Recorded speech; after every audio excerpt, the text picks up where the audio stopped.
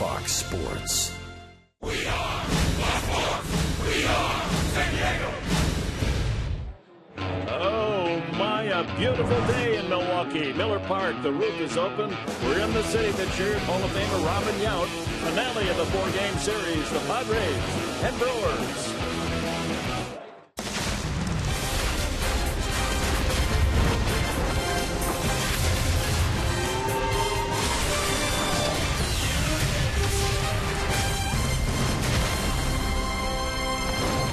Padres wrap up this road trip in Agrisamer de España on the hill today. He's won his last two starts. And for the Brewers, it'll be veteran Matt Garza having a rough year. He's 5-12 overall, a season below his standards. And look at that blue sky here in Milwaukee, Wisconsin, as we welcome you to Miller Park, the final game of the road trip and final game of this four-game series with Mark Grant, Dick Enberg, and if you're going to correlate a statistic to winning and losing, how about runners in scoring position? Yeah, what that does is puts the opposing pitchers on the defensive, and the Padres have put some good numbers together when they are winning ball games. Look at the last 5 wins. They're putting pressure, they're hitting mistakes, and hitting at a .434 clip. And not only a base hit, but I'm talking extra base hits as well. Now, on the other side of the ledger, swinging at bad pitches out of the zone, maybe getting a little bit too anxious. In 5 losses, the last 5, a 5 for 36 for only a 139 average. The Padres got to find some way to work the count into a hitter's count, get a fastball, because there's been a lot of breaking balls, but it's swung on a miss out of the strike zone. Need to be a little bit more disciplined there and hopefully get a fastball and hurt the opposing pitchers. Those are the money hits. Runners in scoring position to deliver. Everyone gets a chance. Let's hope the Padres deliver today. And who is hot for the Padres? Let's see now. What rhymes with John Kirby's 11-game hitting streak? Pick the stick coming up.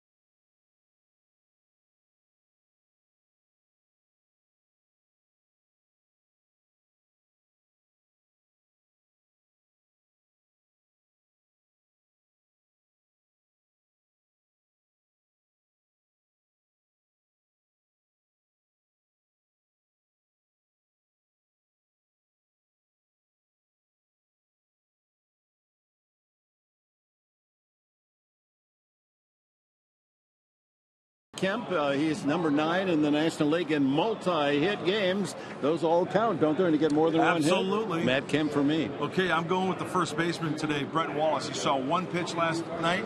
It was a 2-run shot. It was a ball that was crushed. I'm not going to go high pitch on anybody because I'm playing it straight. I'm playing it low in the weeds. I'm going to creep up on Budden, but against right-handed pitchers, Brett Wallace is hitting .346. So Brett Wallace for me too. You're in trouble today. Watch out, Chris Budden. Mike Pomerantz, back to you. Yeah. Yeah. Yeah.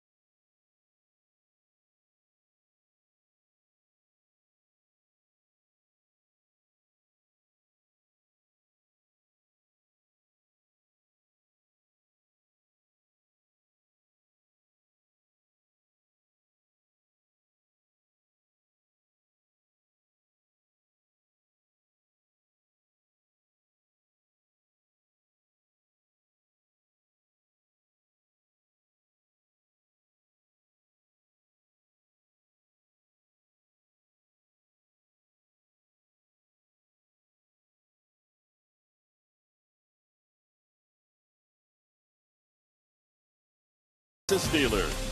By Petco, what we feed them matters. By Sony's Action Cam, prove yourself. And by Kona Brewing Company, one life, right? Don't blow it. Mahalo. We're ready for the 10th and final game of this road trip. The Padres 5-4 on the swing. And here's our lineup today, brought to you by Toyota. Beautiful 72-degree afternoon. Nothing but blue skies above. Alexi Amarista will play second base and lead it off. The hot hitter, 11-game streak, Solarte, then Matt Kemp and Justin Upton. Brett Wallace gets a rare start at first base. Derek Norris behind the plate, then Clint Barmas, who has a couple of home runs against Garza. And Melvin Upton hits 8th in center field, and Espana 9th. And the veteran right-hander, Matt Garza, here is the scouting report. He pounds the fastball into the right-handers, and I'll tell you what, it's been gridlock on the base paths for this right-hander this year. He allows a lot of base runners. In 116 and 2/3 innings pitched, he has allowed 181 base runners. Hopefully that continues for the Padres this afternoon. Opposing hitters batting .290 against Garza. Ouch. Making his 21st appearance, his 20th start. He's had good success against San Diego, 2-0 lifetime and an ERA just above 2. So Padres have to turn that around. Try to salvage this win and go home with a winning road trip. And we're underway. First pitch is in there for a strike. Umpires Adam Amari calling the balls and strikes with Knight, Vanover, and Carapazza on the bases. It's a tricky field in terms of shadows and sunshine today. With the roof open, the shadows carve their way almost right over second base into right field, and then the left fielder and the left side of the infield staring into the sun. Tricky, tricky, tricky. Heads up. High top foul, out of play. It is kind of a weird dynamic, as you mentioned, Dick. Pitcher hitter in the shade, center fielder in the sun, left side, and then the batter's eye. Completely dark in the shade. I'd like to stand in that batter's box and get a look-see at what that's all about. And Marisa with the ground ball to Lind at first base, and that's the first out. A check of the Milwaukee Brewers defense brought to you by Renovation Realty. Behind Garza in the outfield, Davis, Peterson, and Braun left to right. Perez and Segura on the left side. Jeanette and Lind at second and first, with Maldonado getting a start for Lucroy behind the plate. Worst defense in the National League. 82 miscues for Milwaukee. Jan Solarte with an 11-game hitting streak, longest in his career. He's raised his average up to 269, hitting .413 in the last 11 games.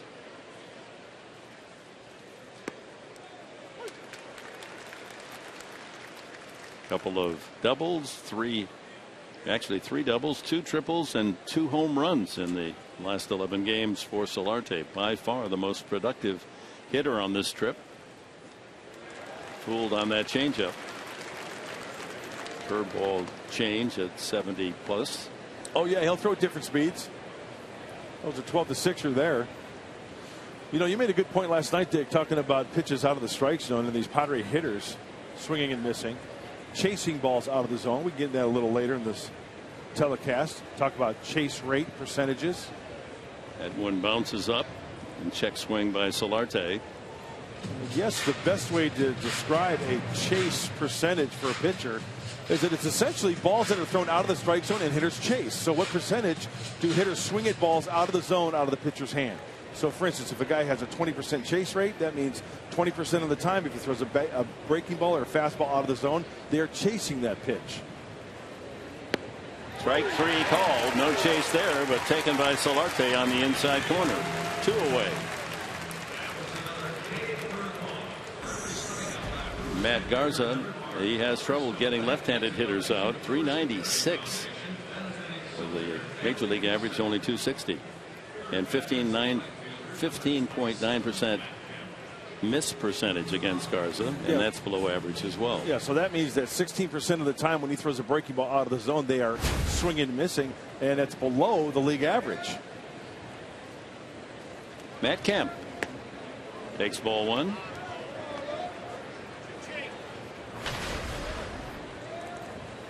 .255 average, leads the team now with 59 runs batted in.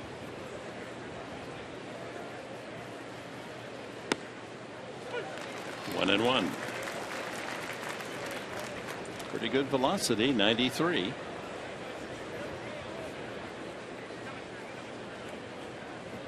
Second year for Garza in a Milwaukee uniform.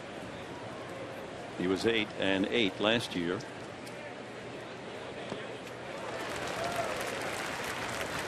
One and two. Now that was a ball out of the zone, correct? That would be a chase then. So that would be chalked up as a ball out of the zone chased by Matt Kemp. So chalk up the percentage to Matt Garza on that last pitch. Honda Fox Tracks, number 3, out of the zone. He chased the ball out of the strike zone.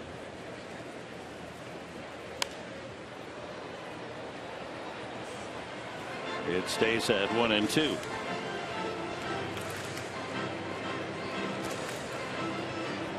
Justin Upton on deck.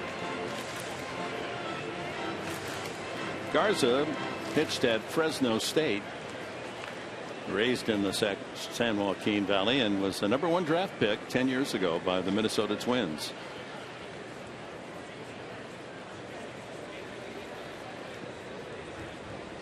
Count levels at 2-2. He had a terrific year with Tampa Bay in 2010. He was 15-10.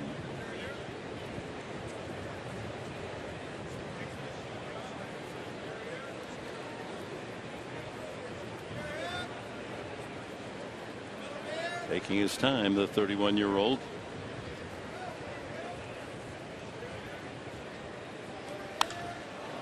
Center field.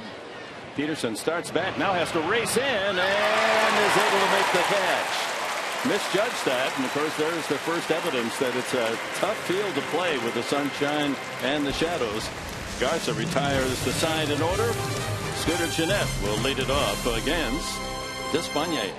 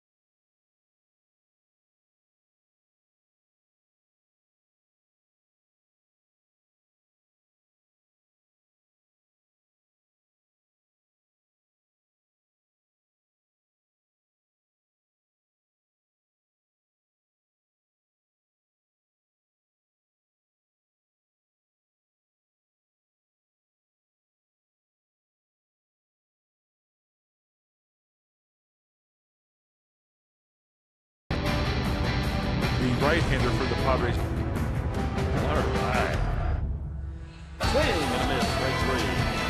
That's hot sauce. Strike three called, and he's out of there. Oh, my. 28-year-old Odrisamer Despaigne on the mound, the native of Havana, Cuba.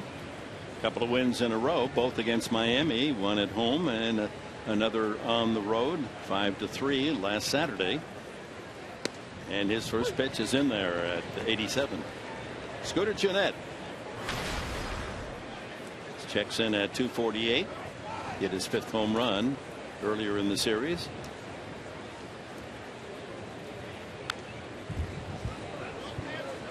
Padres won game 1, collecting 13 hits and 13 runs. A 13-5 win, and then they ran into two young arms, Jimmy Nelson and Taylor Youngman. Shut them down. Milwaukee winning 4-1, and they were ahead 8-2 last night until the Padres scored 3 in the 8th inning off the bullpen. Slap foul.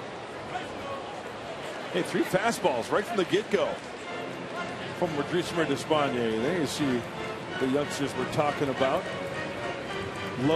Kyle Loesch on the left and Nelson on the right. The veteran talking with the rookie. Loesch has had a troubled season, and there's talk that he may be lifted from the rotation and a younger arm take his place.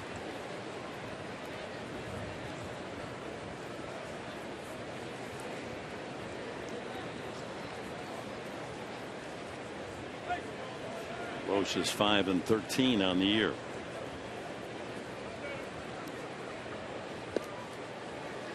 Off speed. And it's 2-2 to Gennett. So one of the things that Odrisamer Despaigne needs to take care of is the last 3 starts. 2 strike counts. Hitters hit 290. Has not been able to put him away. Started here 0-2. A little low and a full count. And the league average on that 2-strike count is 174. So Despaigne well above the league average.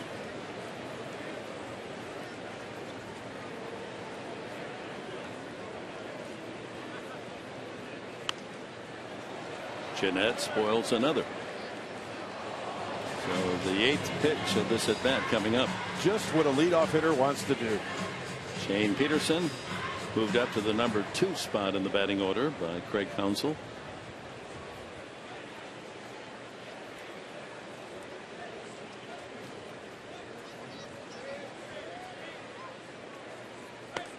And he walked him. Leadoff walk. As we check the Brewers lineup, brought to you by Hyundai. After Jeanette, it's Shane Peterson with Brian Braun hitting 3rd. Adam Lind having a good season. Newly acquired from Toronto. Chris Davis in left. Segura the shortstop. Perez. And then Maldonado before Matt Garza comes up hitting 9th. A very frustrating, Dick. Had him 0-2. Scooter Jeanette ended up walking him. Fouled off a lot of pitches and worked the walk after being 0-2. Bunt by Peterson. Despaigne throws him out. You have to credit the sacrifice to Peterson, although he was undoubtedly trying to bunt for a base hit. Padres scouting report brought to you by Montalvo. And for Odrisamer Despaigne, the fastball location is very, very key. Don't underestimate the fastball either. He can get up there about 94, and he's got to avoid the 2-1 count. That's a hitter's count. He wants to be 1-2 rather than 2-1. Here's Ryan Braun with first base open. Padres have pitched very carefully to Braun in the series. And with that first base open, he's unlikely to get anything too sweet to hit. But he does. Ground ball up the middle, and Amarista goes to first base for the out. So Alexi playing second base. Makes the play. Over to 3rd goes Jeanette, and cleanup hitter Adam Lind is the batter. Here's the Padres defense, brought to you by your San Diego County Ford dealers. The 2 Uptons in left and center with Kemp and right. Solarte and Barmas on the left side. Amarista moves over to second base, and Brett Wallace is the first baseman. Norris behind the plate for Despaigne. Pretty much middle of the pack for San Diego. 6th fewest errors with 61 in the National League. Lind has hit 16 home runs, second to Braun on the Milwaukee club. Jeanette at 3rd with 2 outs and strike 1.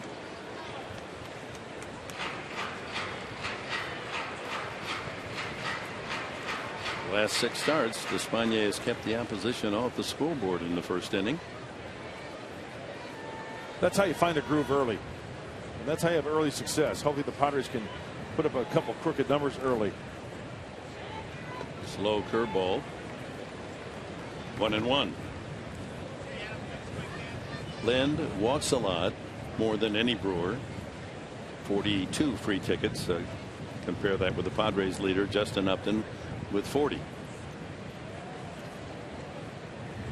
Way outside. Padres start this afternoon's play 9.5 behind the Dodgers. Milwaukee in a tough division with St. Louis in the Central. They're 23 games back. Broke out of their 6-game losing streak 2 nights ago and added a win last evening. And a base hit to right field, and in comes Jeanette. It's 1-0.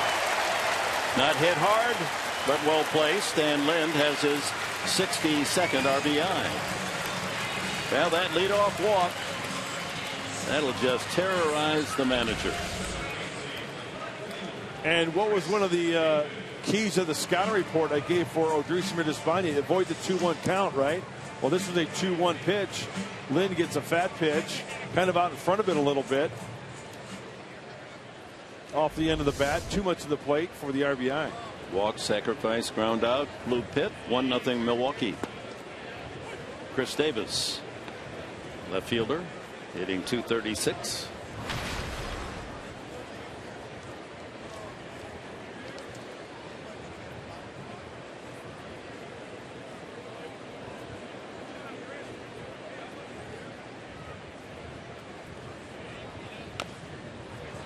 That's going to be a tough play for Despaigne. Bare hand and throw. Got him. Well played by Despaigne. But a walk and a single, and the Brewers have the early lead.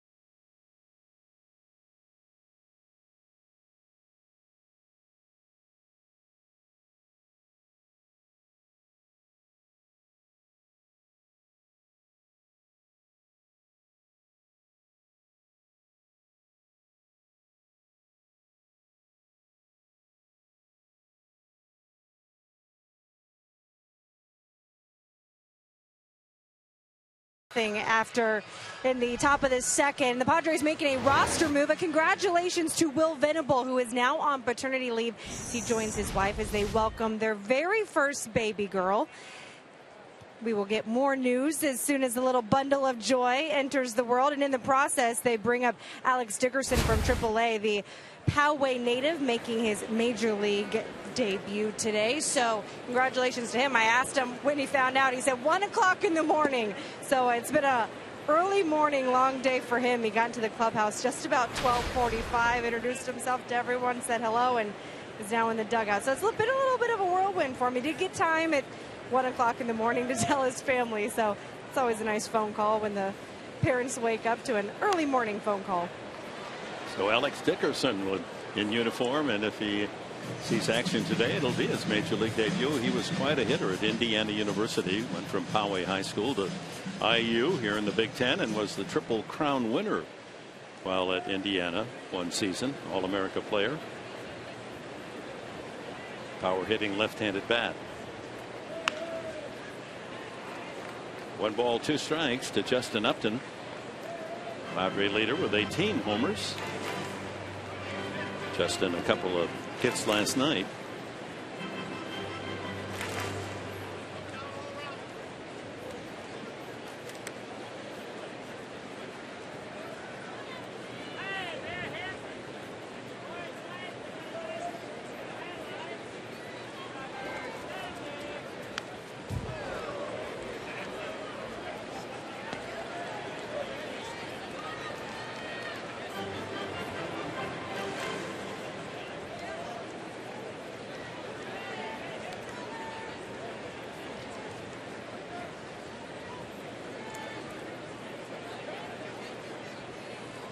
Garza very deliberate. 1-2.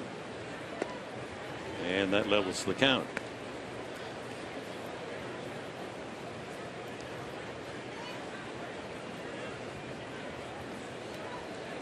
Padres 13 hits in the opening game of the series. They had 11 last night. This figures to be a high scoring game.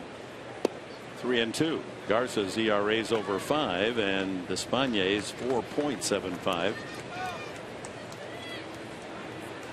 Yeah, the panels are open. This ball flies in this ballpark. Conscious effort by these pitchers. Got to keep the ball down. If you're going to miss down. 3-2 to Upton. and a leadoff walk. Well, that formula worked for the Brewers in the first inning. Jeanette leadoff walk came around to score. So Upton aboard and Brett Wallace the batter as it's time for our Arco top tier profile. Here's Alex Dickerson, the last 10 games at AAA El Paso, hitting .326 with 3 homers and 5 runs batted in. On the season at El Paso, a .306 average and 10 homers and knocked in 59. So Alex Dickerson in uniform, a big league uniform for the first time regular season. Brett Wallace hit a monster home run last night deep in the upper tier in right field, his second of the season. It was a first pitch fastball. He crushed it. So what does Garza throw him here? First pitch curveball missing. Upton, Padres top base stealer, was 17.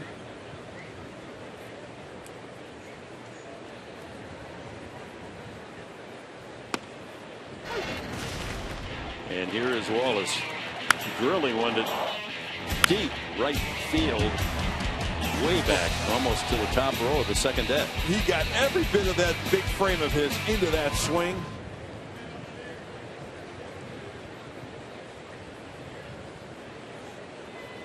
One ball, one strike.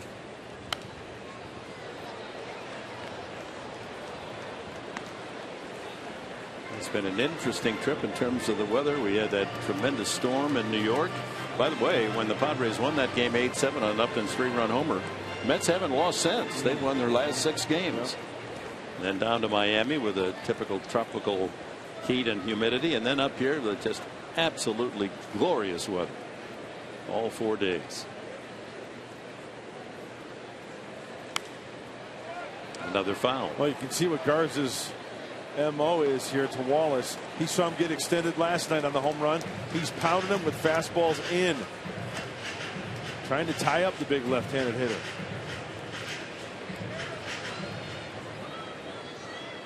After Wallace hits Derek Norris.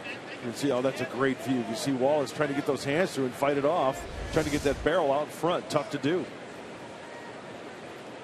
See if he goes soft away here. Upton dancing off first base, so Garza steps off.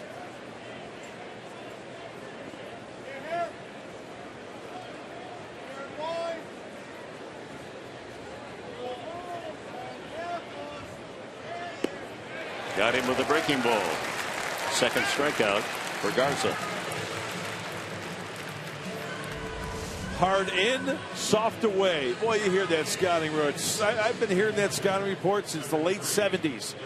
Hard in, soft away. Hard in, soft away. Hard in, fastball fouled off, and that breaking ball leaked like it was down and in, looked like on the top there. And the speed range 94 to 73. You don't want to be soft in. It's okay to be hard away, but that soft in can go a long ways. Norris at 238. Had that big grand slam in New York, but things have been mighty quiet for Norris at the plate in the last 5 weeks. His average showing that at 238.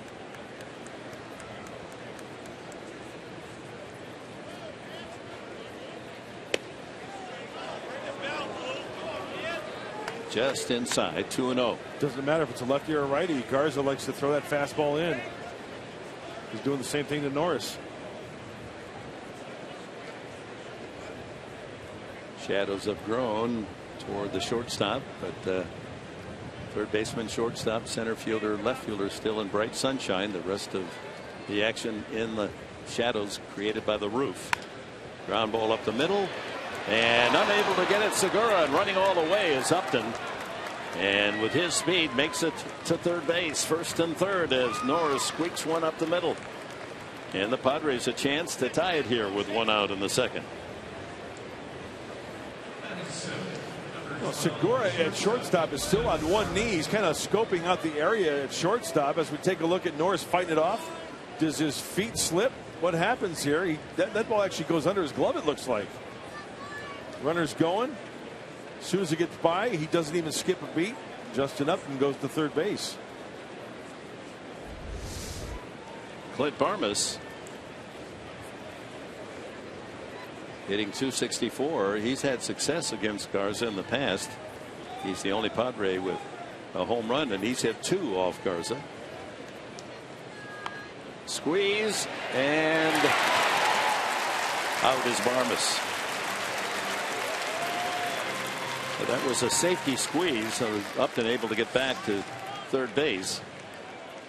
You get it down, then Upton's racing for home, and the game is tied, but Barmes popped it up. As soon as Clint Barmes worked underneath that baseball, Justin Upton is holding his ground at third base, and you can see that from third base. The trajectory off the bat, the ball is going down toward the ground. You're off and running. You're scoring. Not the case there. Even if the ball had dropped, Upton could not take a chance on it. He had to make his move back to third. So 2 outs. That's what we were talking about in the setup of the game today. The runners in scoring position got to come through with the big hit. Melvin Upton didn't start last night. Came off the bench with a couple of hits, a single and a double. His average moving up now to .237.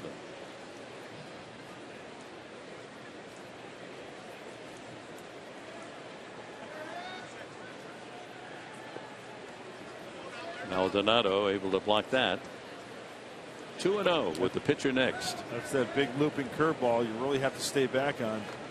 Hasn't really thrown it for a strike early on in this game.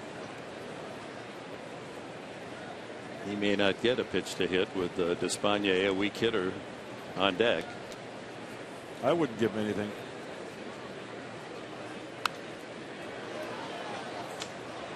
.93 fastball away.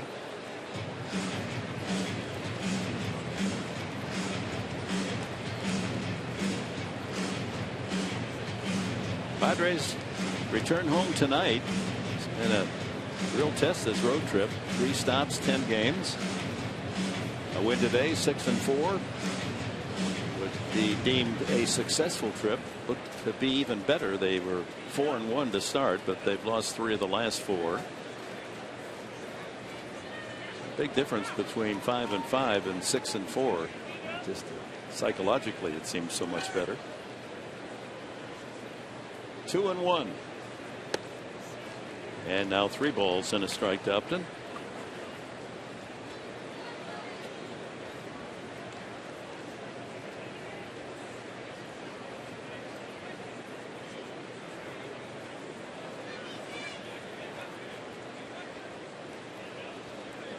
Here comes a fastball in.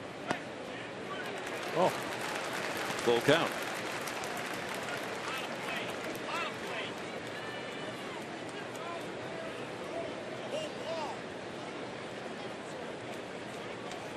Norris will be off with a pitch from first base. Melvin trying to bring home brother Justin from third.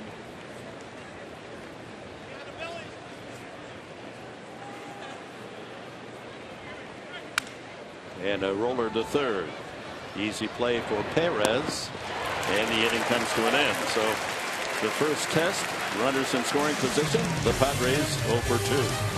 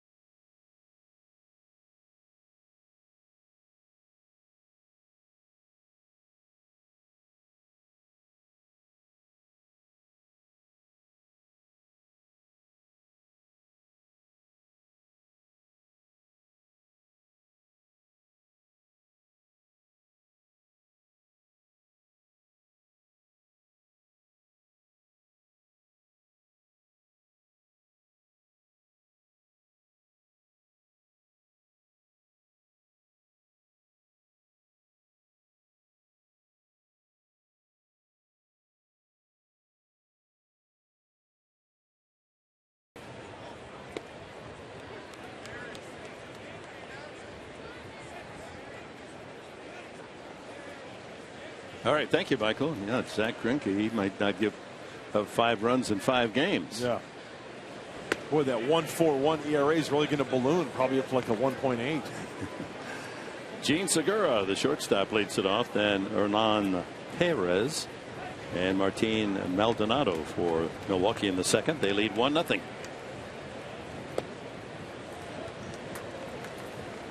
Two and one. Segura had a 2-run single last night. That was the line drive that Upton tried to shoestring, got by him for an error all the way to the wall. Well, Despaigne walked the leadoff man in the first inning and paid the price. Jeanette came around to score, and he falls behind Segura. 3-1. Well, if you're going to throw a fastball here, you better mark darn sure that it's in a good spot. And it was. He tried to go down and away. Segura 1 for 4 last night.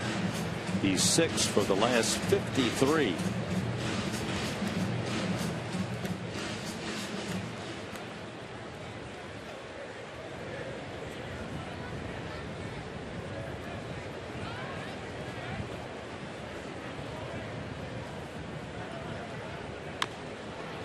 Despaigne 1-3 on the putout. Driesimer on the season is 5-7. He's allowed no extra base hits in his last 16 innings pitched. 20% chase rate on Despaigne over the last 2 starts. The average is 30.4. Yeah, so he, with his breaking stuff or fastballs out of the zone, it's not really enticing the hitters to go chase after it. And that's not a good sign. It's very low as compared to the league average. So to me, when I see a high chase rate, Perez, a high hopper. Solardi has to go up the ladder. The long throw, not in time. Well, there's a groundskeeper single. Hard ground around home plate, and that's his big kangaroo. Solardi did everything he could. He did everything right. Nothing he could do. Goes up and gets that one and then collects himself. And now you got to really hump up. But Perez getting down the line, and he beats it out easily. The high hop helped him out. Second hit for the Brewers. Brings up Martin Maldonado, giving Jonathan Lucroy a day off behind the plate. He's hitting just 184. 3 home runs. He's punished the Padres in past seasons with a long ball.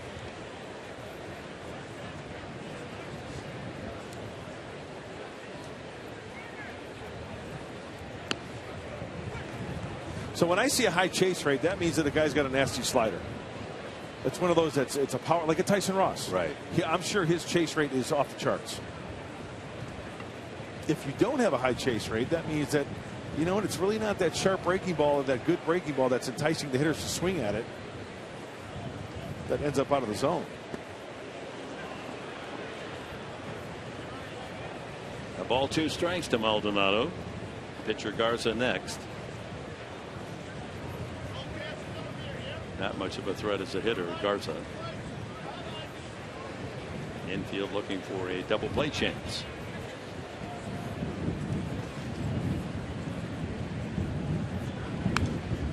You know what else I think would be a good chase rate type pitch is if you have a good changeup. You throw a changeup that looks like it's going to be a strike and then ends up out of the zone. You get a lot of swings and misses. Joaquin Benoit. Good example. Great. Yep.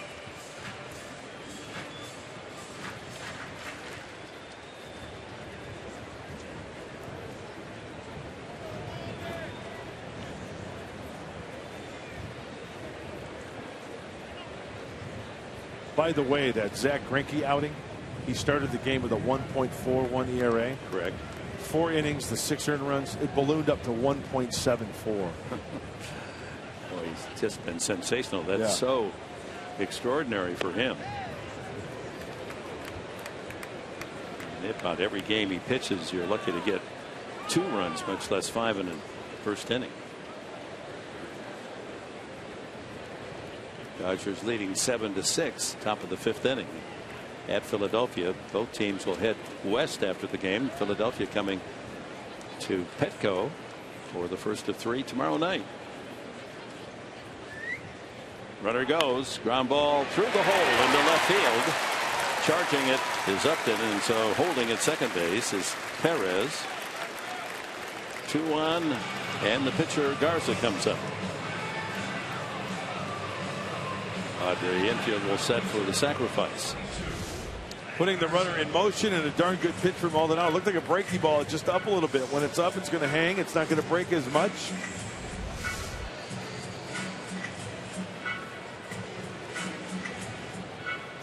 Garza looking down to Ed Cedar, the third base coach for the Brewers. Anticipating the bunt is Solarte at third. He's in on the grass at third base. 31 at bats, only 3 hits for Garza. And he squares and bunts it to Despaigne. No play at third because Solarte was charging and couldn't get to the bag in time. Otherwise, they had an out over there. Runners move up.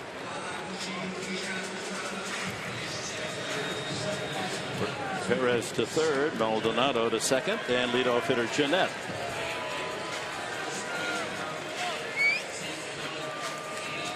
Our keys to the game today brought to you by your San Diego Honda dealers. Hey, no big innings against the Padres. 4 runs in the first, 4 runs in the 8th. Ian Kennedy shut it down after that, but Marcos Mateo had a rough stint of it. And also, get the ball to Kimbrel. You get the ball in his hand, chances are it's going to be a safe situation, and the Padres need that to split this series here in Milwaukee.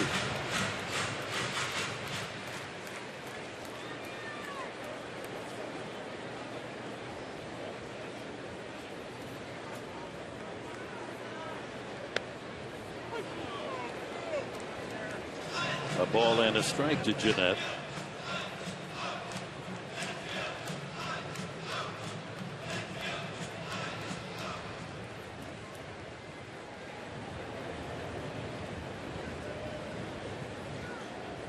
Brewers with runners at second and third and 2 outs here in the second inning.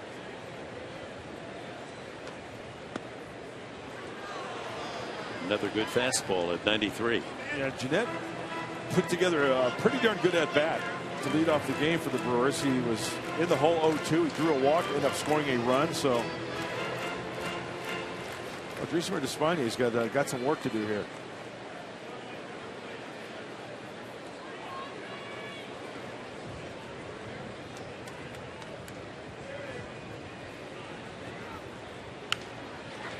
Fisted to first, easy play Alonso, and the inning comes to an end. The Brewers leave 2 in scoring position. We completed 2 in Milwaukee.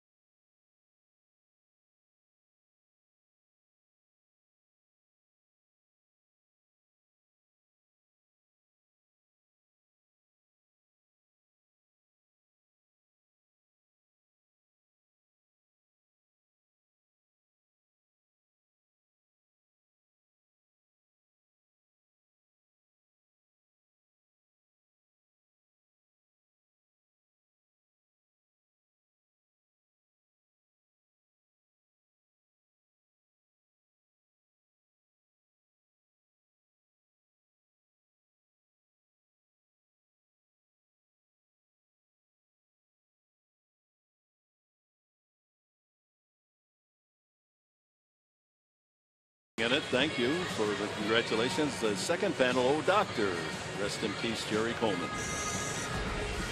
Very nice. Touching all the bases. The highest well hit average. Boy, there's statistics for everything. This is just you put a ball in play, whether it's an out or a base hit, right, but you hit it hard. Yeah, they grade them soft, medium, and hard, Dick. And when you look at these hitters, they have one thing in common. They swing hard, they get good results. So, with that said, every ball hit in play, out, hit, doesn't matter. These are the guys who are the highest as far as hitting the ball hard. So, for instance, 100 at-bats, guy is graded on each hit. Let's say 27 of them fall under the hard hit category. He's going to hit 270. If they're graded medium, it's graded 1 through 9, 9 being the hardest. And that's how they come up with well hit hard balls. Despaigne won't be on that list. He would not be on that. He's a little out of that There's range. a good chance he's not on it. Saw Giancarlo Stanton over 240. Check the Padres, and who has had the most success in hitting the ball hard this year. Now you would guess it would be Justin Upton. When we were talking about this before the game, he's the first guy that came to mind for me. But I don't think he is tops on the list. Despaigne, a ground ball to short. He jogs to first, and Segura throws him out. So here are the Padre leaders. So 160 is the best for the Padres, and Solarte leads the way ahead of Norris and Upton, Jerko and Kemp. So that ball we just saw off the bat of Despaigne would probably be graded as a, I would say, soft. I would, yeah. There's an easy roller to shortstop. And once again, it's balls put in play, outs and hits. Now Matt Kemp, he's one of those guys that more consistently hits the ball hard, medium to hard. And granted, every hitter's going to get jammed. It just happens. It's the nature of the business. Breaking ball in there. Amarista showing bunt, had to back away, but the ball caught the inside corner. After a 0 for 24 drought, Amarista the last 4 games delivering some base hits.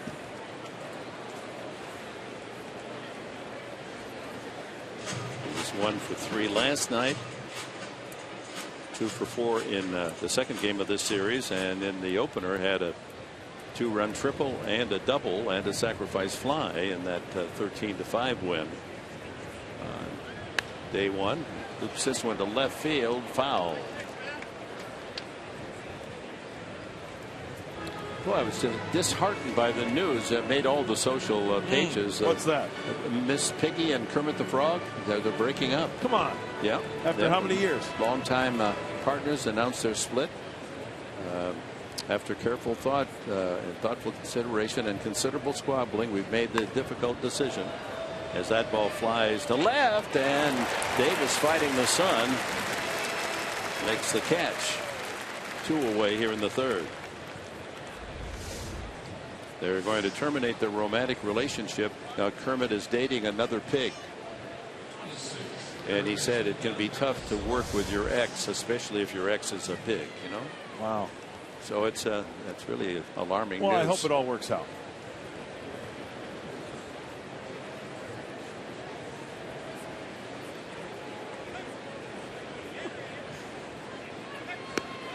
Well, Miss Piggy thought that Kermit was going to croak pretty soon anyway, so she figured, what the heck, end the relationship. Solarte, 19 hits in the 11-game hitting streak.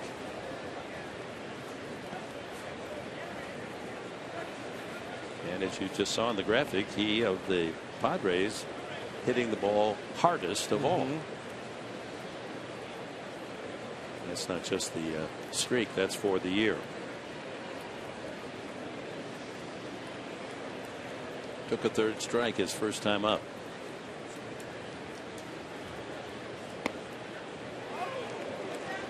Two and 1. Yeah, I would have to classify those 2 home runs that he hit the other night where, there's hard, very hard. Brett Wallace, very hard. You bet.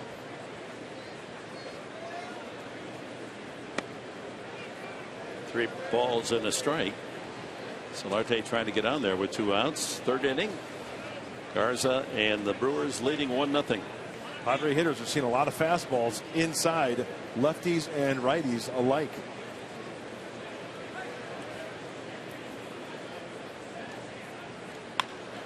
Ground ball to second. Jeanette closes the hole and throws out Solarte. 1-2-3. The Padres story in the 3rd. It's 1-0.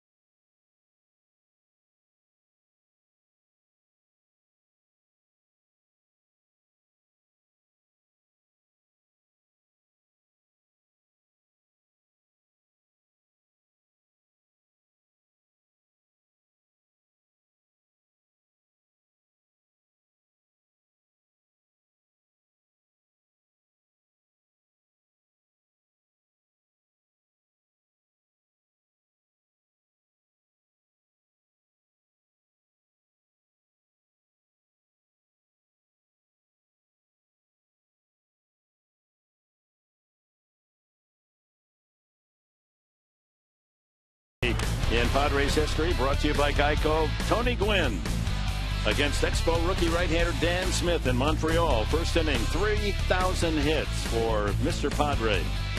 Umpire Kerwin Danley, Gwynn's college teammate. Vendella Gwynn, his mother, celebrating her 64th birthday. And 13,000 plus at Olympic Stadium to celebrate the right fielder's milestone. And of course, as you all know, he also collected his 2,000th hit also on this date, his mother's birthday. Line drives. Second baseman Amarista takes care of Shane Peterson's bullet toward right. 2000 was at Jack Murphy Stadium. And typically the 5.5 hole was the target. Bruce Ruffin hit number 2,000, 3,000 off Dan Smith in the big Montreal, Quebec, Canada. Wow, that was fun to see, both of those, and how we dearly miss that man. All of baseball does. Brian Braun takes a strike. He grounded to second his first time.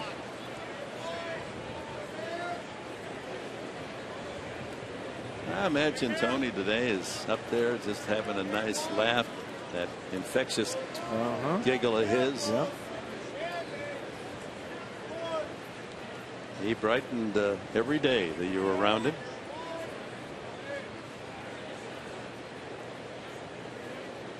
One strike to Braun. I loved it when we would gather in the booth hours before game time,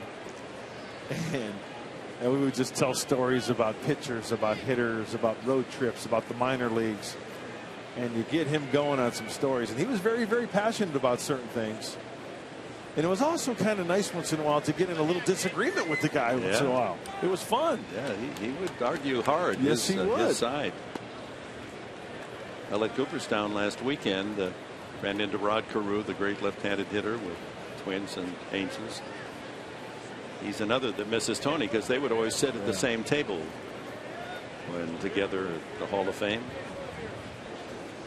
I remember Tony calling it the Punch and Judy table. Rod Carew, Tony, Ozzie Smith. Very funny. 3-1 to Braun. Leads the team in runs, hits, doubles, home runs, RBIs. And that's a pitch around. Padres are not going to give him much to hit. It's been the design all 4 games. Second walk brings up Adam Lind. Lind knocked in the run in the first inning with a soft single to right field.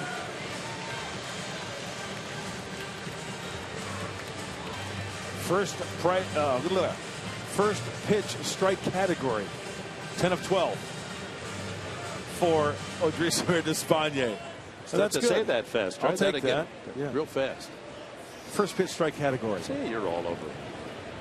Just want to get a little sympathy. That's all you're about.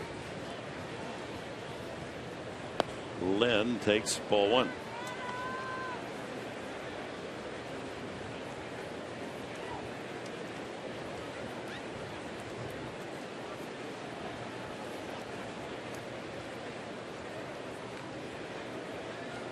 Armas and Amarista at short and second, looking for a ground ball. Get out of the inning with a double play.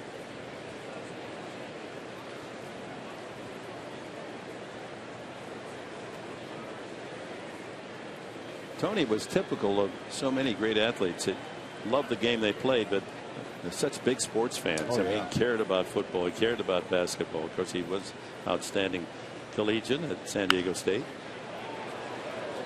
Still holds the record, doesn't he, as the top assist man? I think so. I never saw Tony play on the hardwood, but they said he could bring up that rock up the court and work his magic on the basketball court as well.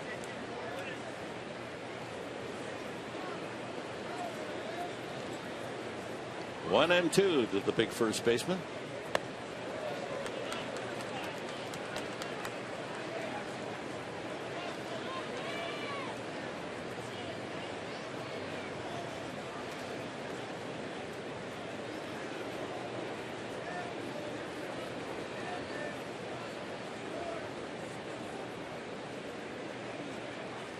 Oh, he had him leaning. Braun's a good base stealer. He has 16.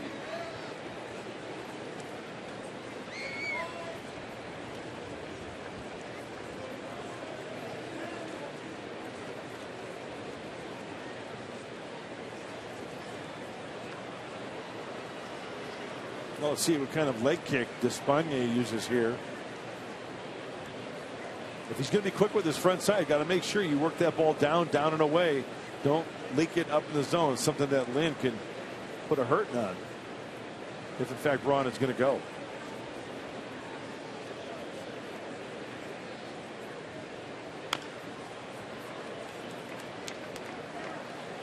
Pitching matchups are set for the Philadelphia series beginning tomorrow night. James Shields on the mound for the Padres against Aaron Nola. He's 2-1. Then Saturday night, Tyson Ross is now 8-8 against Adam Morgan, 2-3. And the Sunday day game, Cashner against Jerome Williams, who is 3-8. While the Phillies have the worst record in baseball, they played very well the last couple of weeks.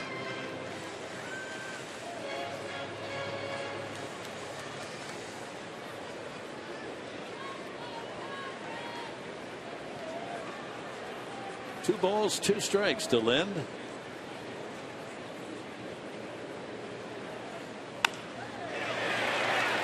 Foul by about 3 feet. You know, I found a nice little nugget on the positive side for Odrisamer Despaigne before the game today. You talk about ground balls and how pitchers are always trying to work for the ground ball. Well, Odrisamer against left-handed batters, which is Adam Lind right now, and he could use a ground ball here. His percentage of ground balls is 70%. The league average is 45.2. Wow. So that means the fastball's got some run to it. Off the end of the bat, the changeup, maybe the breaking ball. It's just pitches that left-handers can't elevate. Therefore, you get a lot of grounders. Actually, he's had more success against lefties than the right-handers. 241 batting average. Left-handed hitters. Righties are hitting 273. Usually it's the other way around. Yeah, so one of the best at getting the ground ball against left-handed batters. You see him right here. Odrisamer Despaigne. Slow curveball misses. And it's 3-2. He had Lynn frozen on that big off-speed curve, but couldn't get the call. 23-mile-an-hour range between the fastball and the breaking ball. Braun goes, and it's fouled back.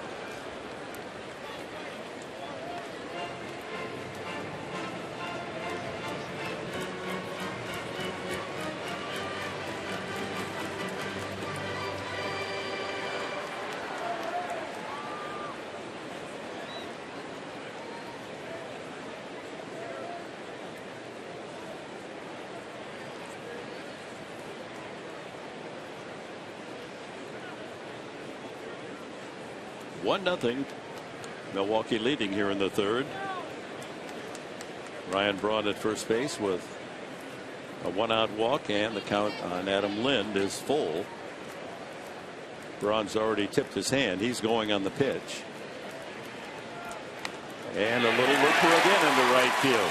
Just shoots that ball to the right fielder Kemp, and it's first and third for the Brewers. That's an identical base hit to Lind's RBI single in the first inning. If you're going to throw the slow breaking ball in that situation, you got to make sure you get that ball down. It just caught too much of the plate, and I'm really surprised you didn't go with a located fastball maybe in, because Lind gets extended here. He was late on fastballs. He was going the other way with fastballs, and he catches this one way out in front. You see him standing way up in the box as well, catching that pitch out in front. It's not so much the pitch, it's the location of that pitch. Just wanted it down. So first and third with 1 out to Chris Davis. He tapped to the mound his first time up.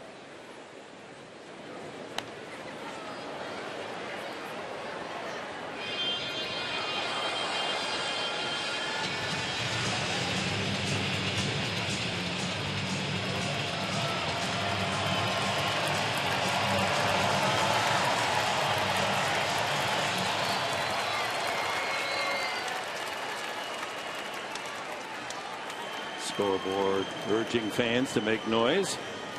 1 strike pitch is hit high in the air, deep to right field. Kept going back, and that ball's gone.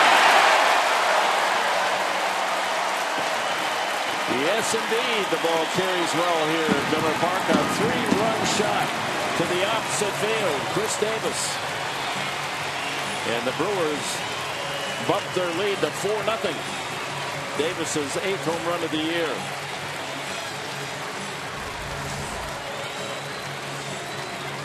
Well, kind of tough to tell out of the hand. That maybe looked like he worked around it a little bit, whether it's a little cut fastball. Any way you look at it, another pitch that was up, and Chris Davis showing some opposite field power there. As I mentioned earlier, the panels are open, the roof is open, the ball has a tendency to fly here in Milwaukee. For Despaigne, his 14th home run allowed. And the Brewers now have a 4-0 cushion. Segura tapped to the mound his first time.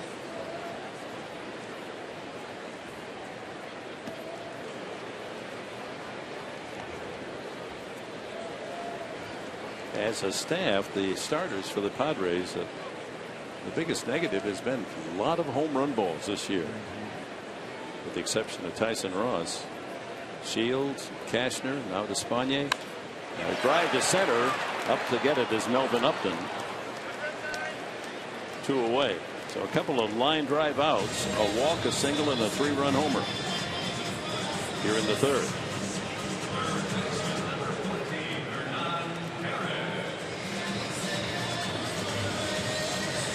Chris Davis facially resembles Jan Solardi. Could be brothers.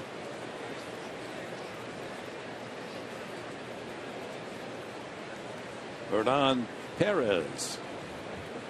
Infield hit. High hopper to third his first time. 69 on that slow curve for a strike.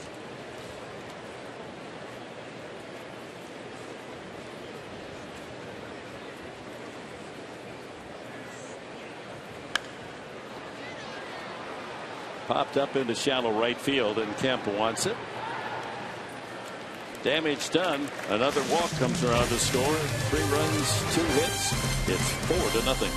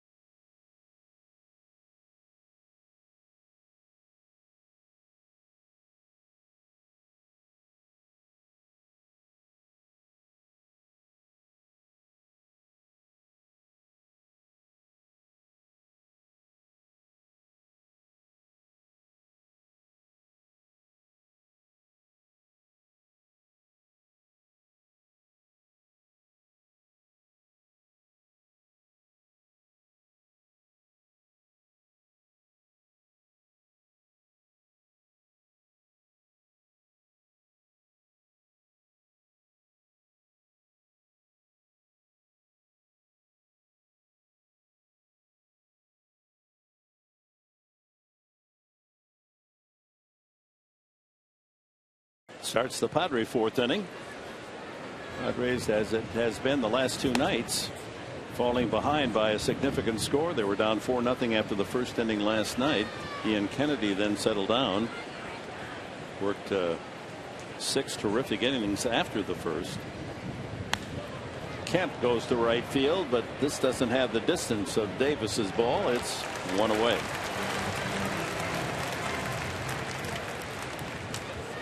You hate playing catch up, for crying out loud.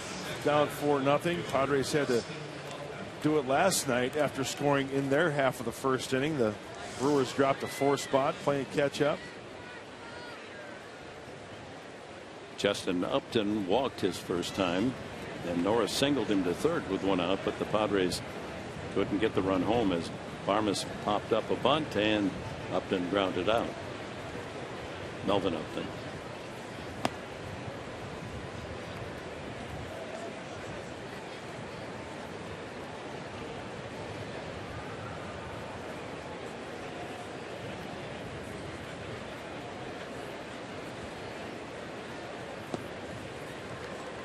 Two and 0.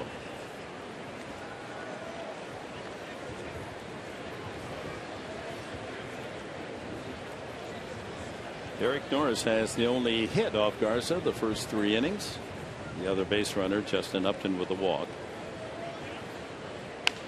High hopper, foul.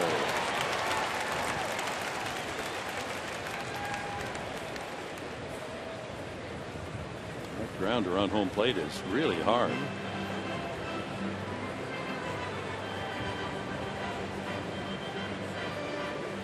Perez with that base hit. Ball much like that one, it stayed fair.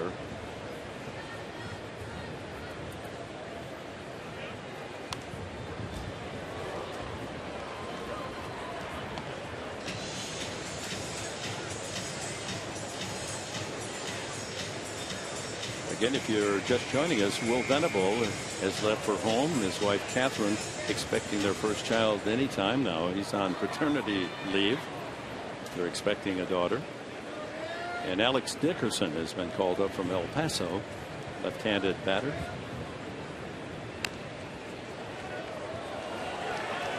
Hitting .306 and 10 home runs at El Paso.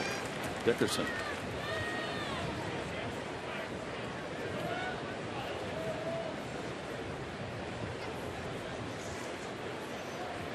Dickerson inherits the number 1 on his uniform.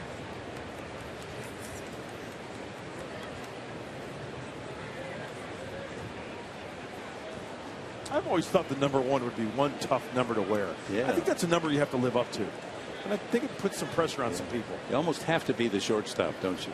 I would have to say it's a a middle infielder. Yes. Absolutely. Yeah, it's really not an outfielder number. You don't see many of those wearing 1. And another walk to Upton. Padres need someone to come up and deliver the kind of shot that Davis hit in the bottom of the 3rd for the 3-run homer. How about our fan Diego fan of the game today here at Miller Park? A lot of Friar faithful in attendance, wearing the camos today on the Thursday day game. Talking a little ball. Yes, he's showing him how to rip that curveball.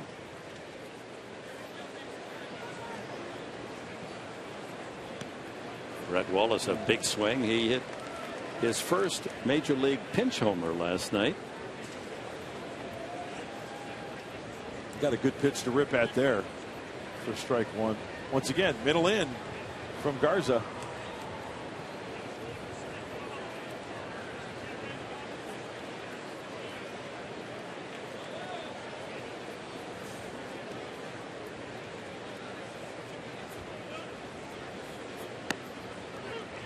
Maldonado.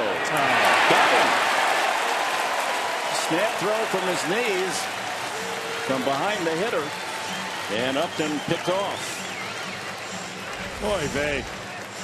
Can't happen in a situation like this. Too big of a secondary lead, and the snap tag gets him well before the bag. Ouch.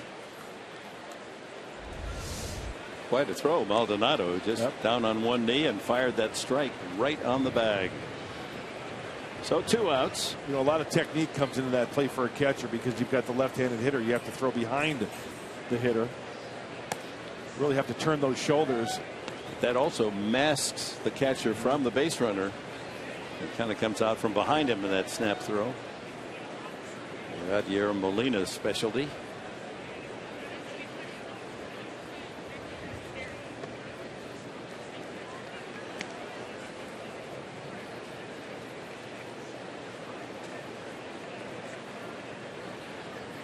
So the base is clean with 2 outs here in the 4th. And the 2-2 pitch.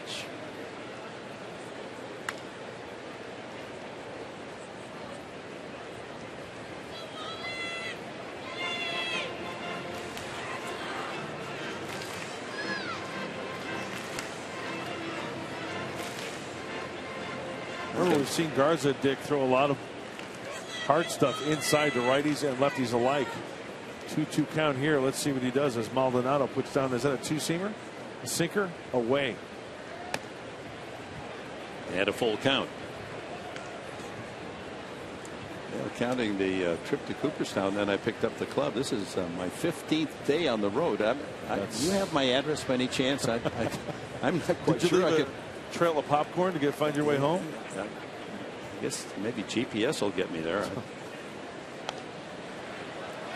Way back over our heads, that foul ball. That's a long time, my friend. It is. Of course, it was a glorious first weekend in Cooperstown, and then the Padres playing well, 4-1 to start this road trip, but they're going to need to rally. Or that 4-1 start is going to be negated by a 1-4 finish.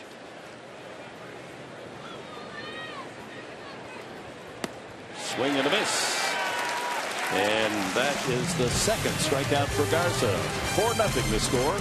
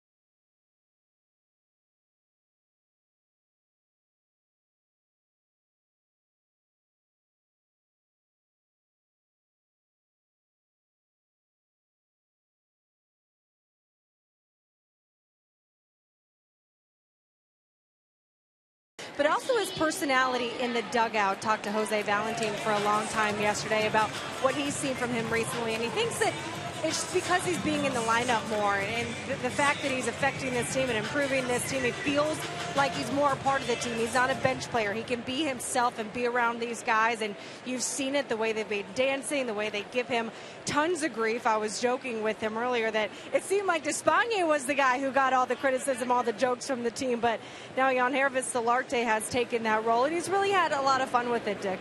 Yeah, one of my favorite people would say he's a good egg. And when you're playing well, you build the confidence, then you can show your full personality.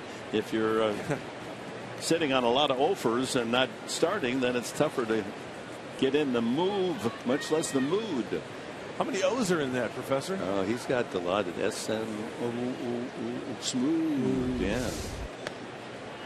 Not so smooth up on the scoreboard, however. It's 4-0 for the home side as Maldonado, pitcher Garza, and Jeanette to face Despagne, already at 58 pitches.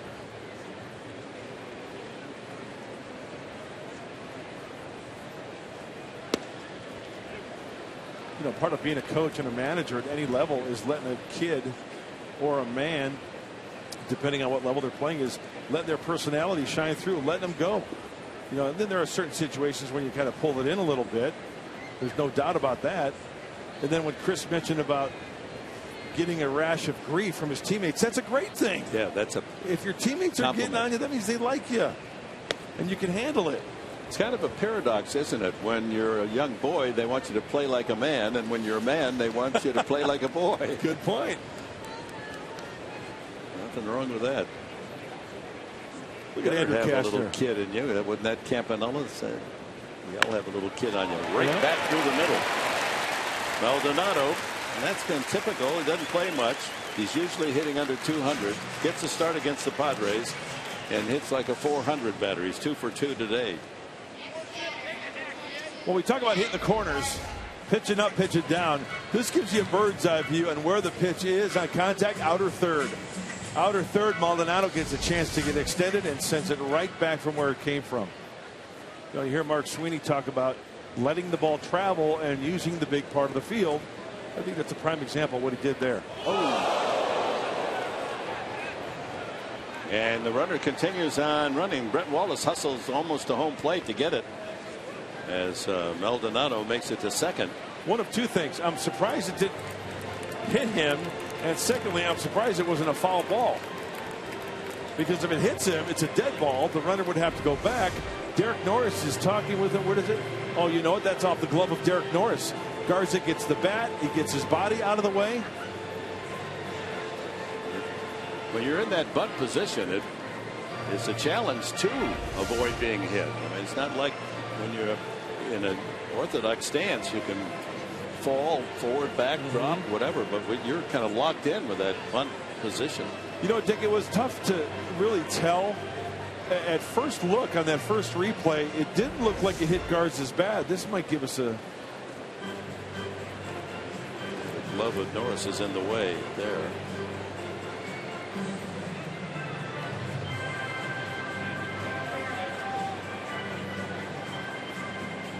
I don't think it hit his bat. It looks like that ball changes direction right there. It did something, didn't it? And then it went off. Glove. So he hits his glove, and then. Yeah. Well, it's really tough to tell. Yeah, they've challenged, and we'll have a delay here while the umpires check in with New York. Is that reviewable?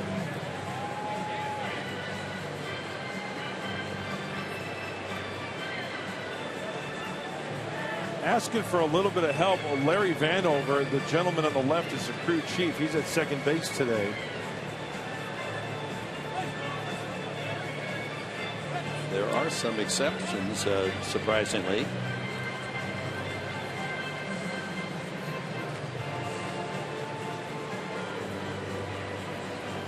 Checking the Major League Baseball list. Batter hit by pitch is one of the reviewable challenges, so that might fall into that category.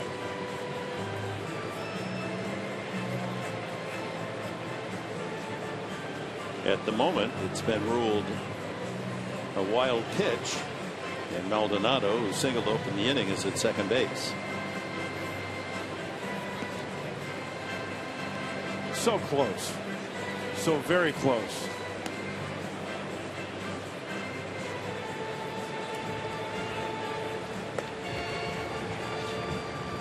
So Murphy did not challenge. Fairly content with the explanation by umpire Amari.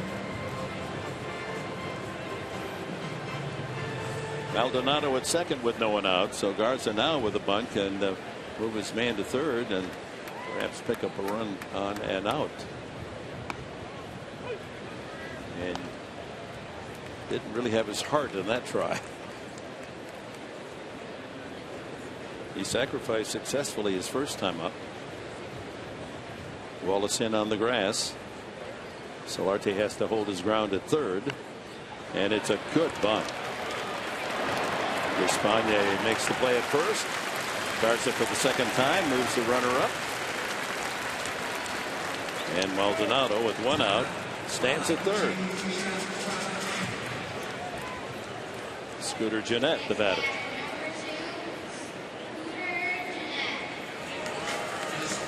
And the infield will come in tight and has to be alert for a possible squeeze. Gennett walked and scored in the first and grounded out first baseman Wallace the first next time, the second inning. Yeah, Dick, going back to that Garza play, you cannot challenge that play. You can ask for help, as they did. They conferred. But that's not one that they can go back to New York, get on the headsets, and decide whether that's a foul ball or not. Falls under that category. You can only challenge a hit by pitch, but not on that particular bunt attempt on the foul ball. Supposed foul ball. Ground ball through the right side. That's a classic infield tight hitter's delight. Not hit hard, but no chance for either Amarista or Wallace to make the play. It's now 5-0.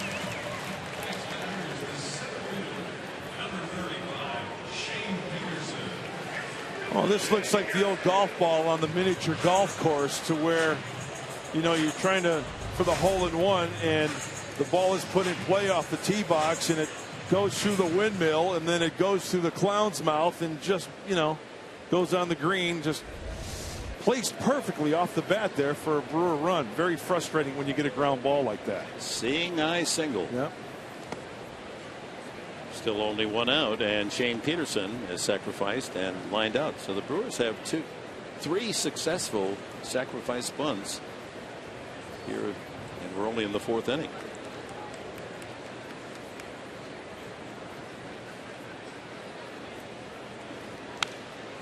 Five runs, 7 hits now for Milwaukee. Padres no runs and just the one base hit, the single by Norris.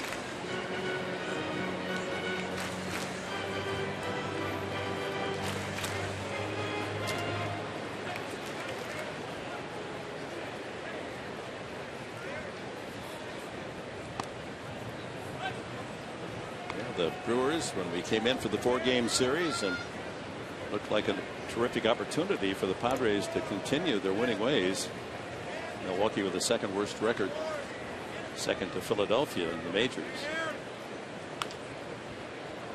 And they've traded away 3 of their top hitters. If you've been with us, you're well aware of that. Aramis Ramirez traded. Carlos Gomez, the center fielder, traded. Gerardo Parra hitting over 330, traded. But they're filling in the gaps here and getting key base hits. And terrific pitching the last 2 nights from young right-handers.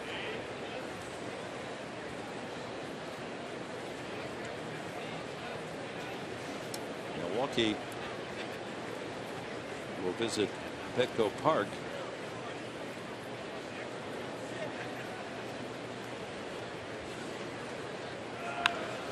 ground ball on short hop by the second baseman Amarista. with Jeanette moving up. And our closed captioning is always brought to you by Wiener Schnitzel.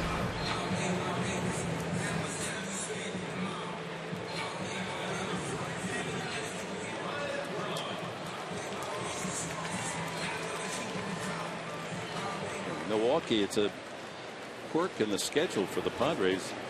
Milwaukee will close out the home stand, I believe. They play the last week in September at Petco Park. Yeah, that'll be the last home series of the season. Padres finish then 3 in LA. Ryan Braun walked the last time and scored.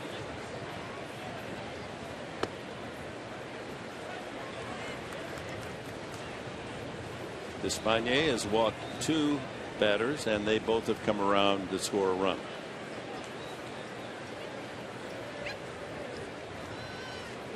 Two out, and Jeanette in scoring position for Braun.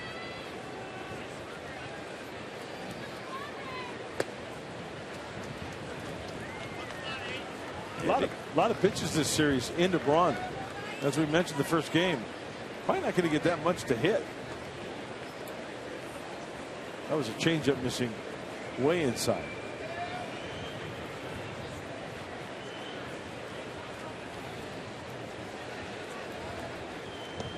Inside again. First base open. That's the play. Although Adam Lynn, hitting behind Braun, has delivered a couple of singles. Knocked in a run and scored a run.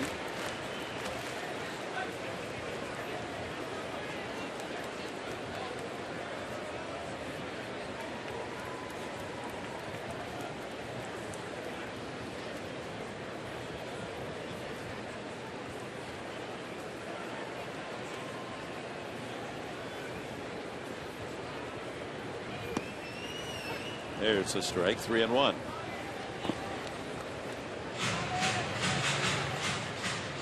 Brewers in the midst of a long homestand. It started with the Cubs. The Cubs swept them all 4. And then 4 games with the Padres.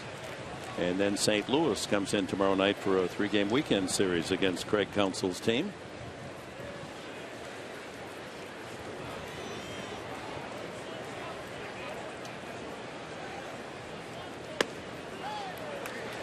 And another walk. So first and second for Lind.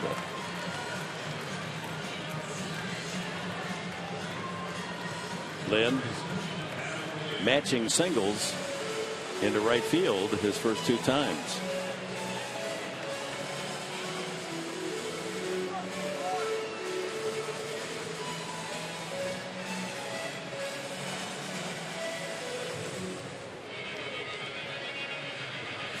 While we have a little delay here, did you realize that the $10 bill is going to have a new face on it?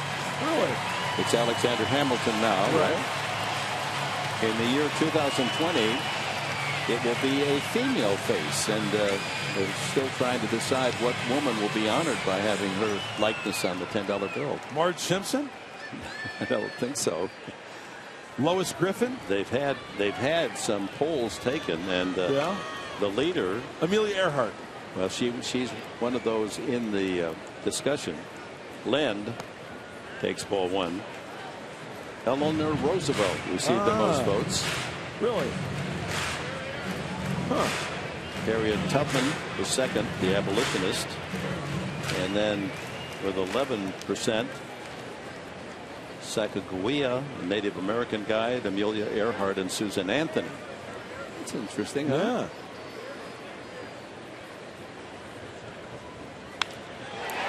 Lind to left field, and Upton misplays it. Well, that's the Sun Field, and that's going to cost the Padres a couple of more runs as both Jeanette and Braun scamper around. And this is becoming very ugly. It's now 7-0. So Lind hit the ball harder that time than the first 2, and misjudged by Upton in left field.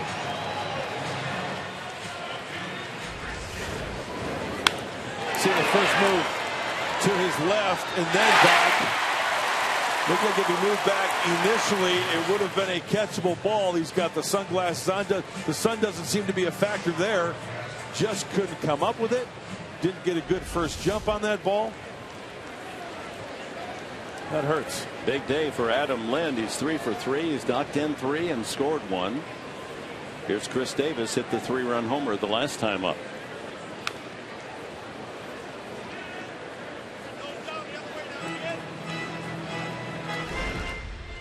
Yeah, there was Melvin Upton in center field last night on Segura's ball. Misplayed that for a single and a 2-base error. It was called a triple initially, but the score changed it. That's a ball that you got to keep in front of you. Even if you take it off a kneecap or the gut, you got to keep it in front of you. Kind of played it off to the side a little bit. I don't think Justin on that last one got a good jump. But we talked about runners in scoring position, Mark Grant. Padres are 0 for 2. Milwaukee 4 for 6. Correlates to victory.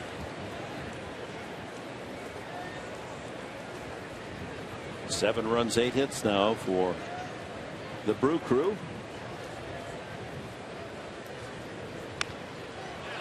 Soft fly into shallow center. Barmes goes out to get it, and the inning comes to an end.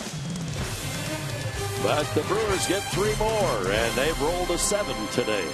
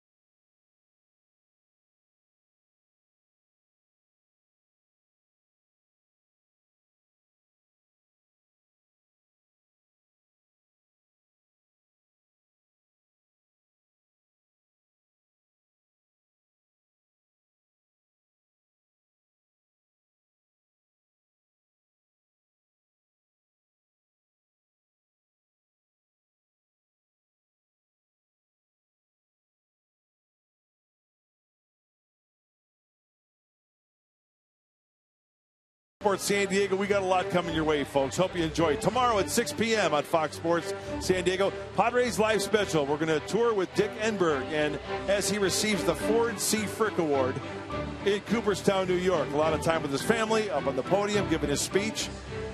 A job well done, so we'll be able to share that with you tomorrow. And then Saturday, the Padres will be celebrating that on Friday. And then on Saturday, it's Benito Santiago and Gary Templeton being inducted into the Padres Hall of Fame.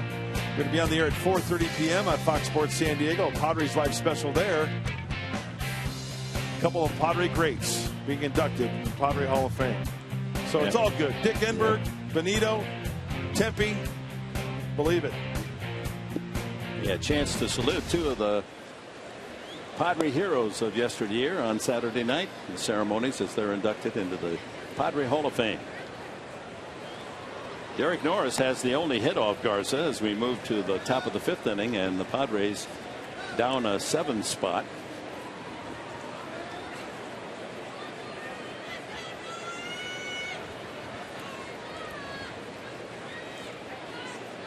Norris trickled a single up the middle just off the glove of Segura. Otherwise Garza would be working on a no-hitter here in the 5th inning. This is atypical of Garza, who's been cuffed around most all year.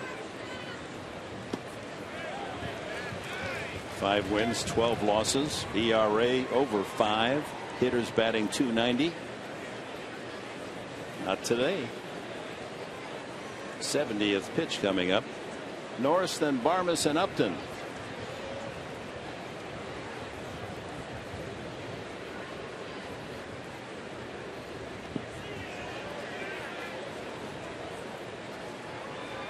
2 balls and 2 strikes. Now, for instance, we were talking about it earlier as we take a look at the pitch count by Garza.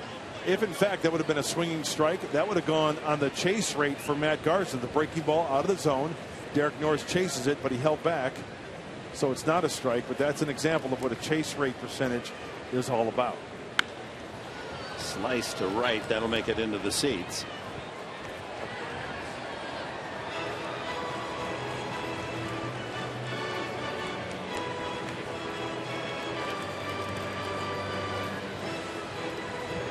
Just to follow up on the $10 bill and having a female representation on it, it's going to be released. No, I'm seriously no. It's going to be released or revealed in the year 2020 because that's the 100th anniversary of women having the right to vote. Yeah. Oh, end of suffrage, right? Right. Oh, that's a nice thing. Yeah. So what's going to happen to the big boy Hamilton? Well, I think the $10 bills that have his presence will continue to be functional. They won't take them out of commission. So, but you might want to be saving all those Hamilton 10s. I know you have. You know, I can see the wad there in your pocket right now. You kind of cover them with those hundreds, so we don't know that you're stocking up on the Hamilton 10s. And down goes Norris. 4 strikeouts for Garza. How about a Ram Trucks Tools of the trade? Well, when you talk about catching and picking off runners, look at Martin Maldonado with the left-handed hitter. To his knees, squaring up his shoulders and firing a pellet down to first base to pick off Justin Upton. Not a good base running move. He races that runner. The Padres were down 4-0 at the time. Good quickness from Martin Maldonado behind the plate. That's been a rough day for Justin Upton. Picked off first and misplayed the ball in the outfield the last inning for a couple of runs.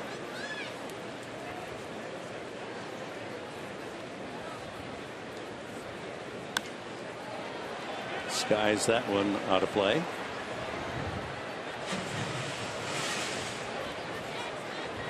Well, for the Milwaukee faithful, the Brewers winning the last 2 and well ahead today, that's a relief because they haven't played very well at home. Coming into this series, they were 20-34 in their home dates. Slow curveball in there. 1-2. Different pitcher when you have the luxury of 7-run lead.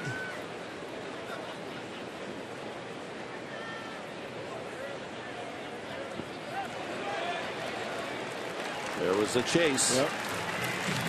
Padres going after a lot of balls in the dirt today.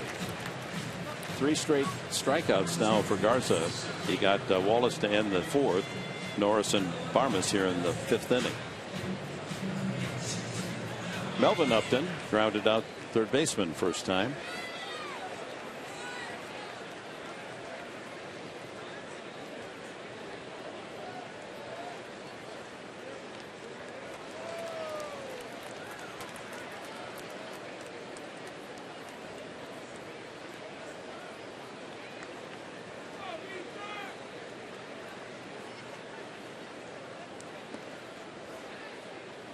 One and one.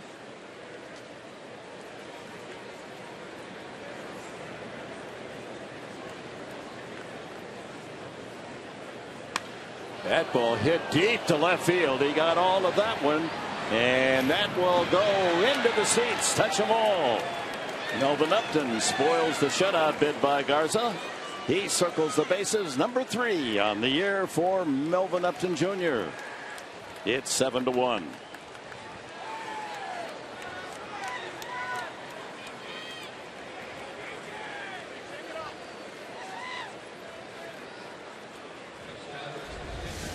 Let's see if the Padres can build off that home run as Despaigne is going to stay in the game. Pat Murphy's not going to use a pinch hitter here. Yeah, we talked about Garza with a heavy dose of fastballs into lefties and righties, and Melvin Upton Jr. gets extended on that one, gets the hands through after seeing a lot of fastballs in. Despaigne grounded to short his first time. Well, this is a matter of manager Murphy not wanting to get into his bullpen here early in a 7-1 game. Soft ground ball to the first baseman Lynn for the 3-1 put up. Padres settled for the Melvin Upton home run. Halfway mark, it's 7-1 Milwaukee.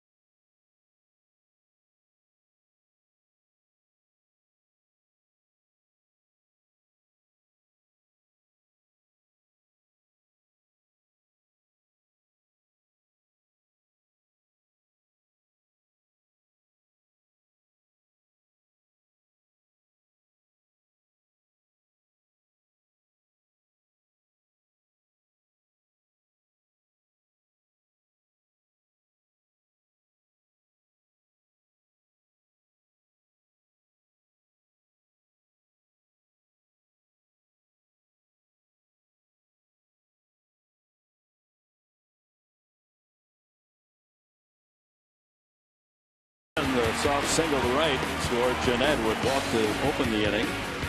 Third inning, the big blow. Chris Davis, his 8th home run of the year, 386 feet to the opposite field. And Milwaukee enjoyed a 4-0 lead. 3 more in the 4th inning for the Brewers.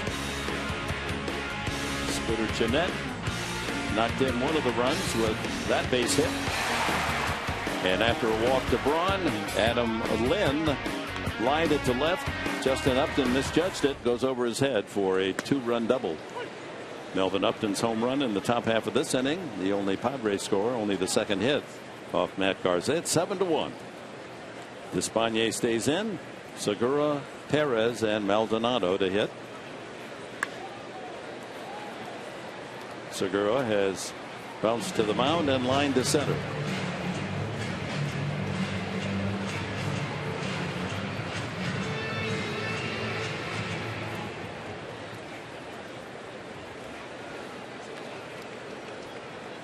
.83 pitches for Despaigne through 4 innings.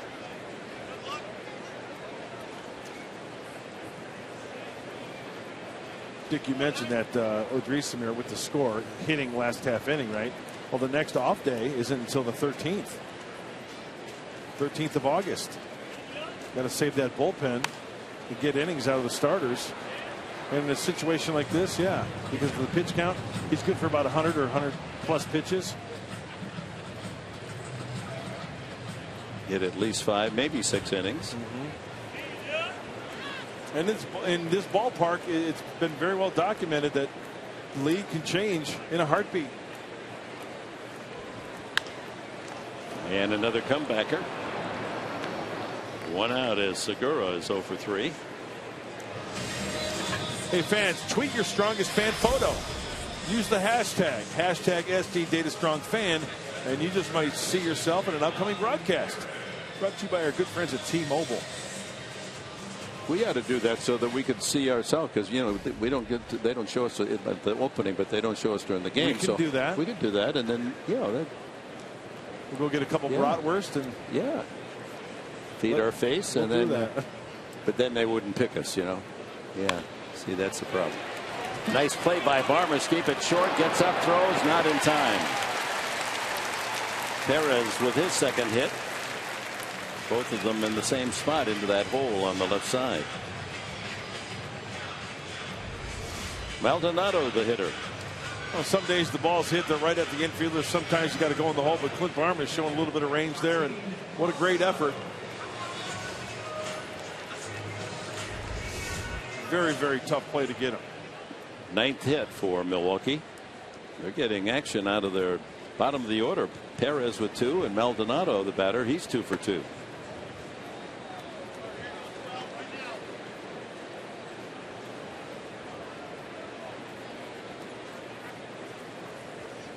Espana needs to check the Brewers here in the 5th, keep them off the board, and hope that the Padres might be able to cook up some action against the tiring Garza, who's throwing 83 pitches.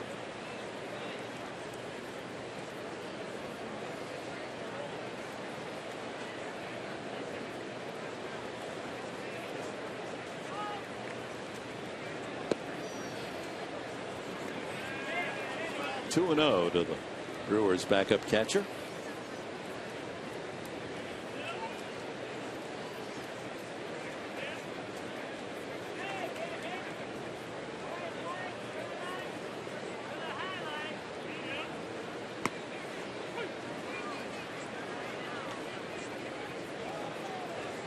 So he hits the 90 pitch mark here in the 5th inning. 1 out.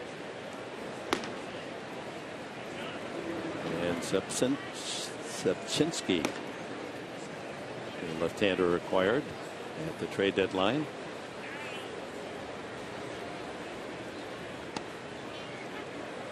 Two balls, 2 strikes. Changing speeds on the fastball. Odrisamer Despaigne. 89, 91. He can get up to 94. See what Derek Norris puts down here. Curveball, get it down. And he gets him to chase. Strikeout is the first of the game. That tells you somewhat the troubles of Despaigne this afternoon. Now this goes on the percentage of chase rate for Odrisamer Despaigne. That's a great example of what we're talking about. It was a breaking ball out of the zone, chased. If taken a ball, rack up the percentage in favor of Odrisamer Despaigne. Well off the plate in the dirt. Nice block by Derek Norris. Pitcher Garza has sacrificed both times.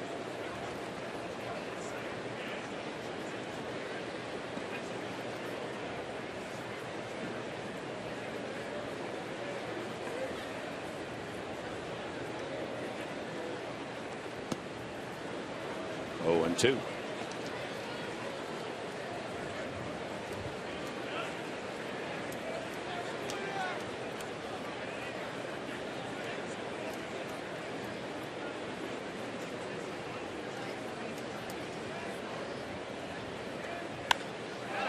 Right field, Kemp has to fade and makes the catch. No runs, a hit. The 9th hit for the Brewers. They leave 1. It's still 7-1.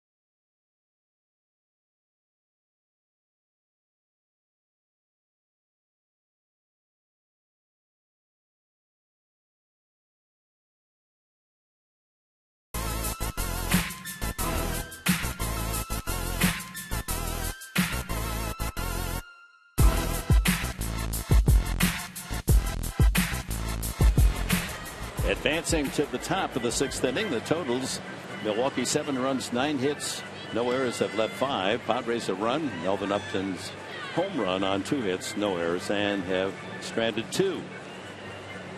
Matt Garza, pitch count at 83. Top of the order: Amarista, Solarte, and Kemp. That was a great shot right there. We saw. Looked like father and daughter enjoying a big league ball game, kind of teaching her the game a little bit, and wearing the Brewer colors and enjoying some ice cream to go along with it. That's great. It is. The fondest of memories, huh, for you and your dad? Absolutely, no question about it. Me as well. Amarista is grounded out and flied out. You talked about your first game in your induction speech, didn't you, Dick? At 1940, Stadium? 1947, Fred Hutchinson against Bob Feller. Good matchup. So we call the Tigers won it 2-1. Ground ball left side. Segura across. 1 away. Jan Solarte, his hitting streak in jeopardy now. He'll have at least 2 at bats to go. He is struck out and grounded out today. 11-game streak for Solarte. Batting over 400 in the 11 games.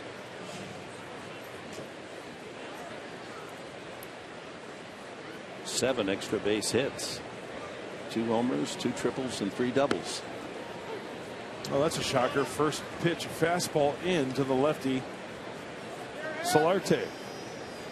Seen a lot of that this afternoon.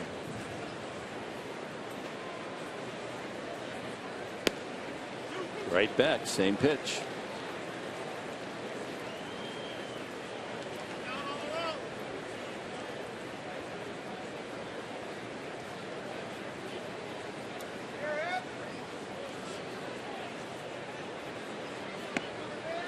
And misses inside. They keep statistics on everything, and I bet you could even get the answer to this. In all the major league ballparks per capita, what group of fans drink the most beer? I mean, you guess here in Milwaukee they'd be right there with the leaders. I'm sure they could find that out. See how defensive that swing was after going in, and then trying to pummel one away, and it was all upper body, all arms. 1 out here in the 6th. Garza working on a 2-hitter, leading 7-1. Yeah, they enjoy their suds. You see women like beer here. Ground ball right side. That'll be an out. 4-3 as Jeanette sends it to Lind. Any flamethrowing going on? Cholula flamethrowing, I mean. Well, I would call it flamethrowing, Dick, but our Cholula flamethrower this afternoon is 94 for Matt Garza, and that's medium chunky. We could have had the same for Despaigne. His tops was 94 as well. Just a little bite to it. There's an interesting quartet. Matt Kemp has flied to center, flied to right.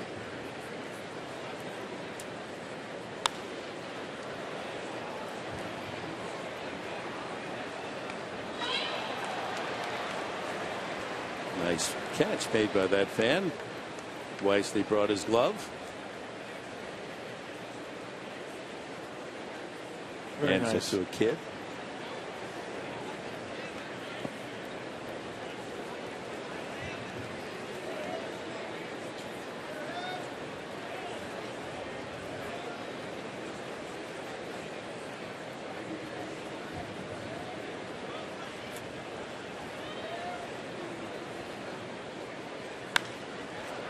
High fly ball to right field.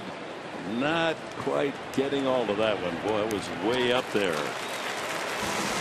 Padres go in order in the 6th. It's still 7-1 Brewers.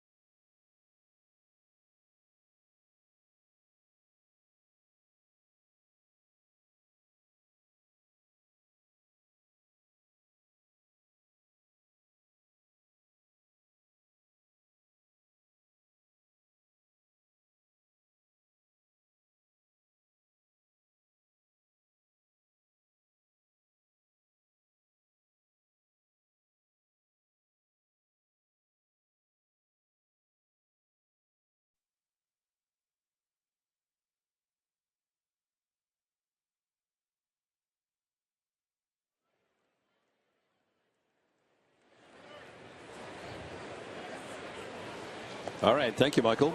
New pitcher for the Padres, Mark Sepchinski. As Despaigne goes 5 innings. Here's Mark's record in just 3 games as a Padre. Yeah, small sample size, but we know that he can go out there and throw up some zeros. Veteran left-hander, fastball, breaking ball. Pitching change brought to you by El Cajon Ford. A couple of left-handed batters at the top of the order for Craig Counsell's Brewers. So Sepchinski, a logical call. Bottom of the 6th. Jeanette has walked and scored, grounded out, singled in, a run and scored.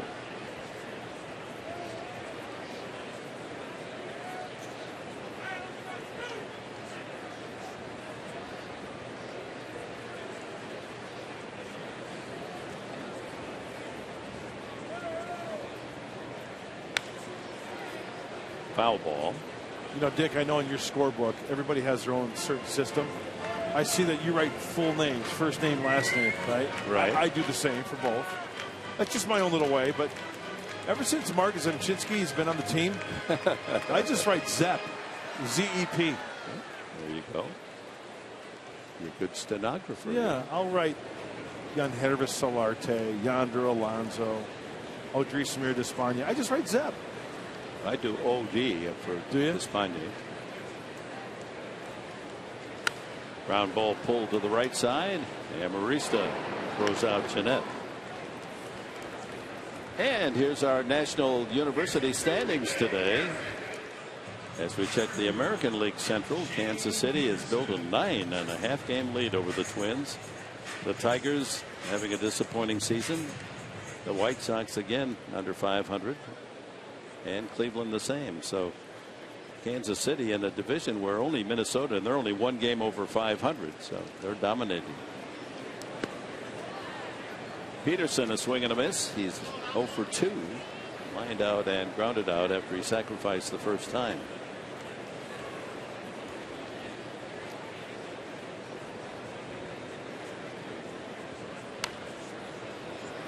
Barmes for the second out. And that'll bring up Brian Braun.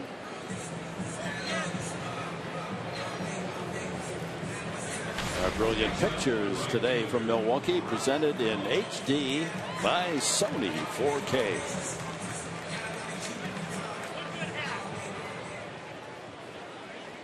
So Despaigne 5 innings, 7 runs, all earned, 9 hits, walked 3, struck out 1.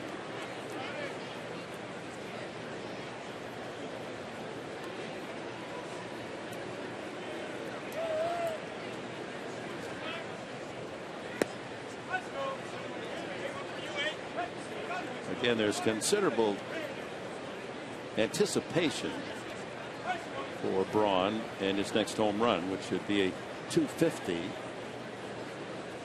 And then one more after that would tie Robin Yount for the Milwaukee record, Brewers record.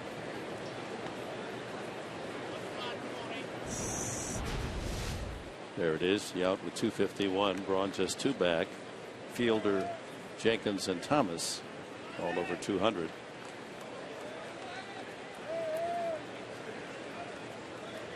Boy, Robin Yount. There's a base hit to right field. Braun on base for the 3rd time. A couple of walks and now a single. And the Brewers have hit double figures in the hit column. He uses the whole field, not only for singles, but for power. And when you keep him in the ballpark, you're doing something good there. Nice, easy swing. The Miami Hurricane. Adam Lind, a perfect 3 for 3 today. He's knocked in 3 runs, scored 1. A couple of singles and a double to double the ball that flew over Justin Upton's head, the line drive. And Upton staring into even a tougher sun now as the shadows have grown to cover everyone but the left fielder.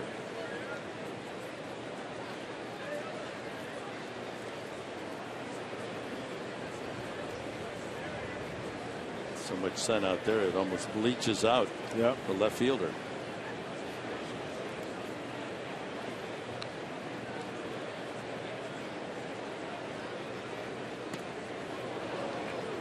1-1.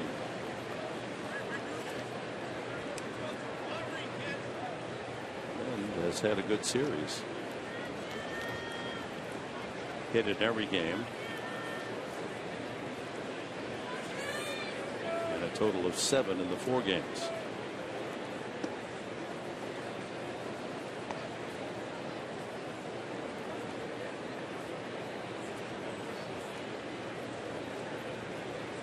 So Marco Estrada went to the Blue Jays, and Milwaukee brought this big left-handed hitting first baseman, and he's been a good surprise, or at least he's lived up to their hopes. With a 3 for 3 today. He's raised his average up to 290. 16 homers and 64 runs batted in. So he's passed Ryan Braun for the RBI lead.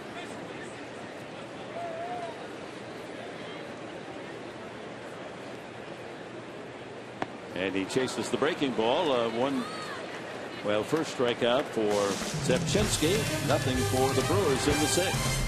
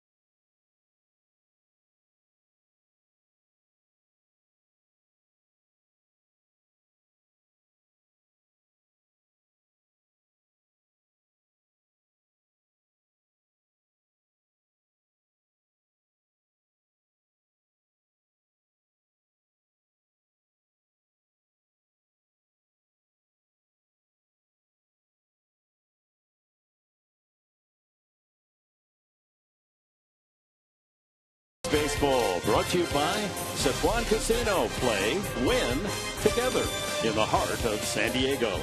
By SeaWorld, discover the wonder of the sea. And by Mercury Insurance. Log on to mercuryinsurance.com today. See how much you could save.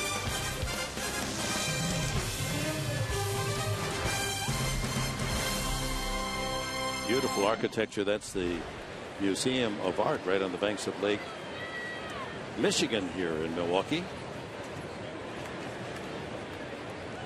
Nice turnout on a day game, 28,789. And they've watched the Brewers build a lead to 7-1 as we go to the 7th. Upton up twice, has walked twice.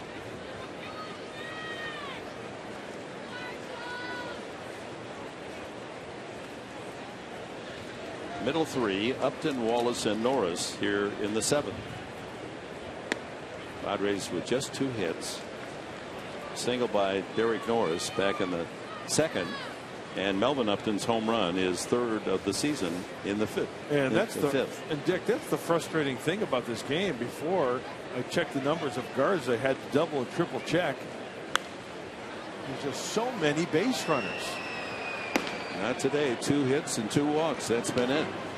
Dale Thayer heating up in San Diego. 116 and 2/3 innings pitched prior to today's game. Matt Garza giving up 137 hits, walked 42, 2 hit batsmen. Opponents hitting 290. That equates to 181 base runners. Well, not the case today. But the key may be in his career record against the Padres. He's 2-0 with a 2.14 ERA. Pitchers for teams, horses for courses.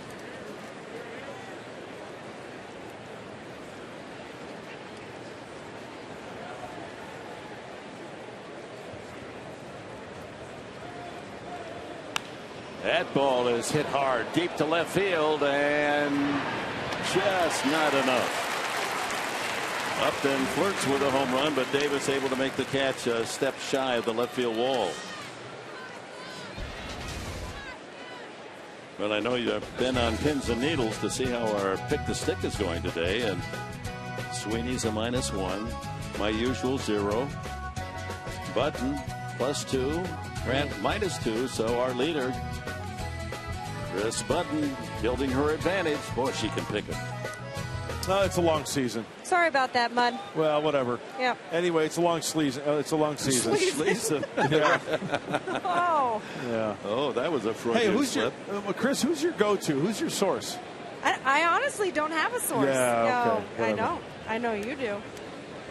Looks like the double help ain't working. Wallace, his ground ball gobbled up by Lynn. 3-1 on the put up. Do you like throw darts? It's called women's intuition. Here we go. I elect Chris Button on the $10 bill in 2020. The way she's going, they may consider that. No? Hey, you got to admit, I came from last place last year. I mean, you're doing pretty good 2 years in a row. Yeah, I'm looking for the repeat as we take a look at Hank, the mascot for Hank's my source. Looks more like a polar bear. Which one? That's Bob Uecker in disguise. Derek Norris has one of the 2 hits today.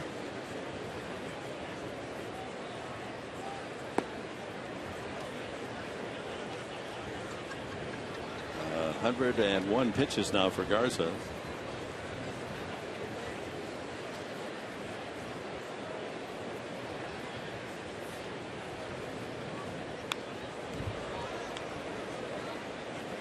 Be interesting to go back statistically when a team is on the road for 3 stops, right, and go to their last, say, 2 or 3 games and see what their record is at the end of a long road trip. They could find that out. I'm sure that'd be a great nugget to find out. It has to not be good.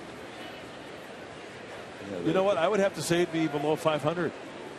I would think so. There's a one hopper to the third baseman, and Norris is out. We'll continue this scintillating discussion when we return.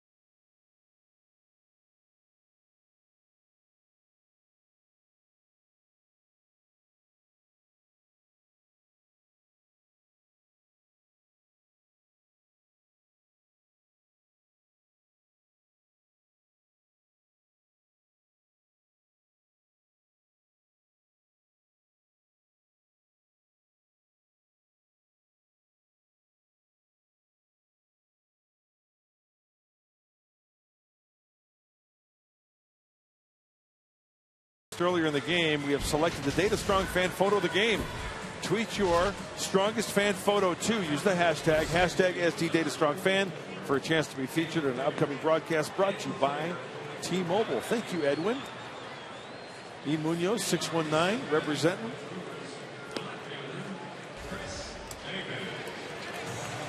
Dale Thayer New pitcher for the Padres. This third man used following Despagne. Shevchinski worked to sixth. And there will face Davis, Segura, and Perez.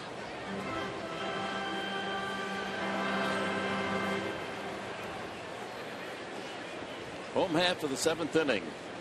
Brewers trying to make it 3 in a row over the Padres with a 7-1 lead.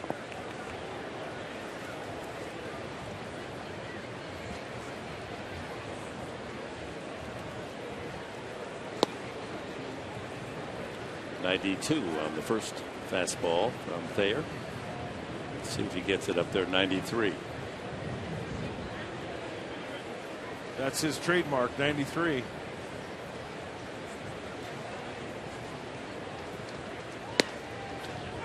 No, 92 again for a strike. And if he's a couple of ticks off that fastball, it's ever so important for good location. And he located that last pitch very well. Down and away.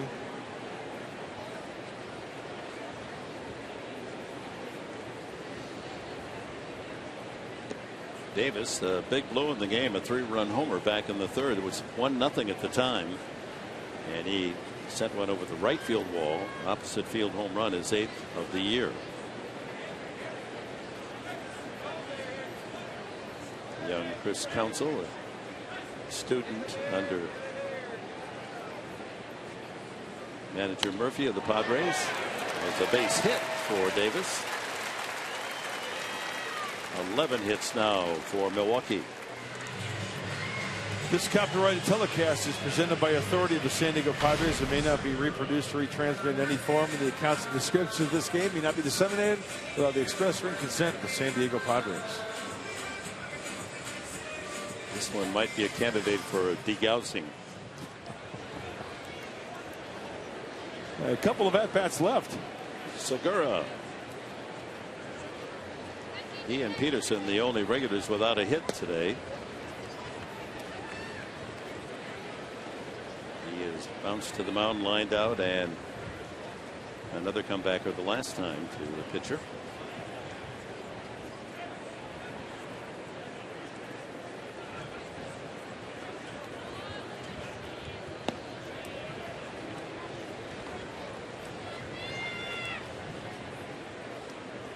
Michael Blazek warming up for the Brewers. Garza has thrown 107 pitches, a season high. His day may be over. One of his best outings of the year. A looper into center. That's another hit. So Segura joins the hit parade. 2 on, no one out. It wasn't a simple journey, but from Goddard, Kansas to the big leagues. Derek Norris tells us his story on Spotlight Derek Norris. Monday after Padres Live right here on Fox Sports San Diego. He's got great eyes, doesn't he? Dreamy. Okay.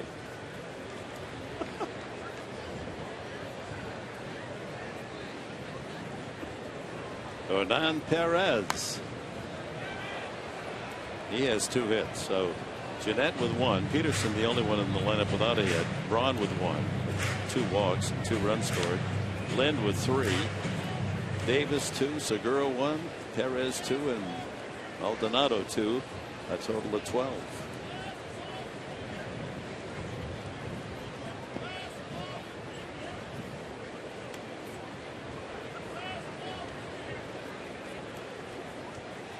Padres charged hard at the start of this 10-game road trip, but they're limping home.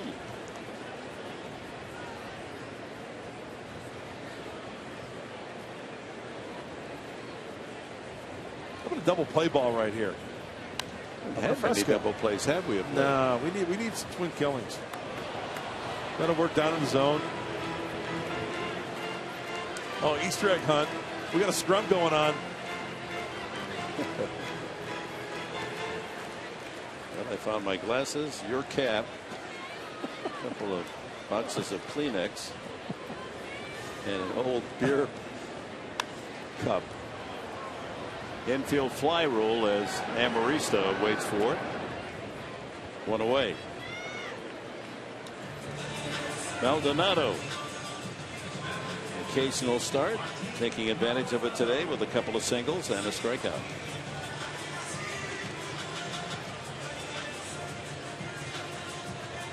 I've got a little quiz for you, and I'm going to give you hints because I don't think you know the answer. Okay.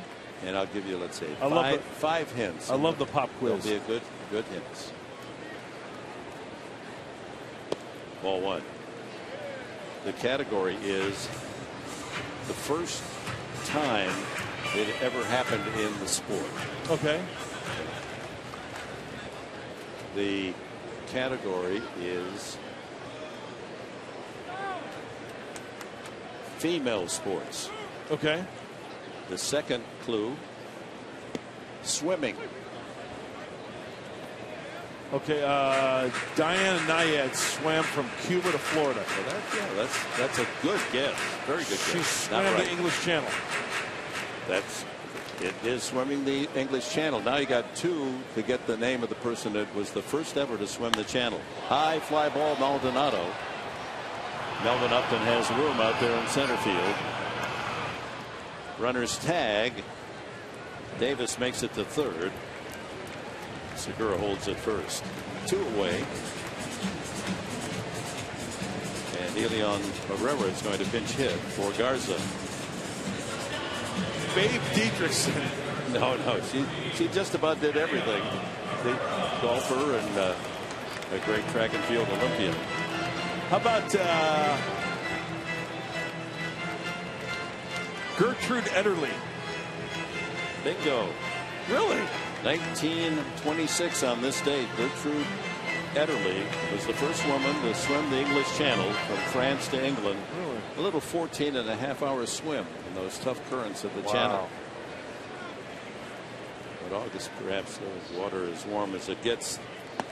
She was like a snorkel or anything? Or No, just, no, that was a major headline story. You bet. You're on your game. Well, put you in the ninth inning. First and third. Herrera.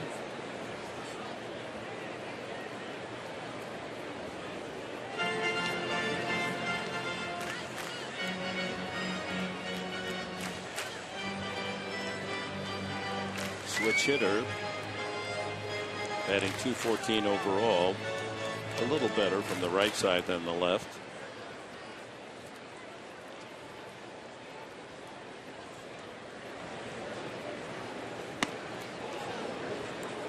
Two and one. Two outs. Leadoff singles by Davis and Segura. Davis now at third, Segura at first. So Garza, 103 pitch effort.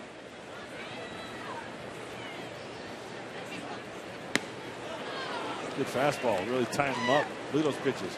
All four of them up and in.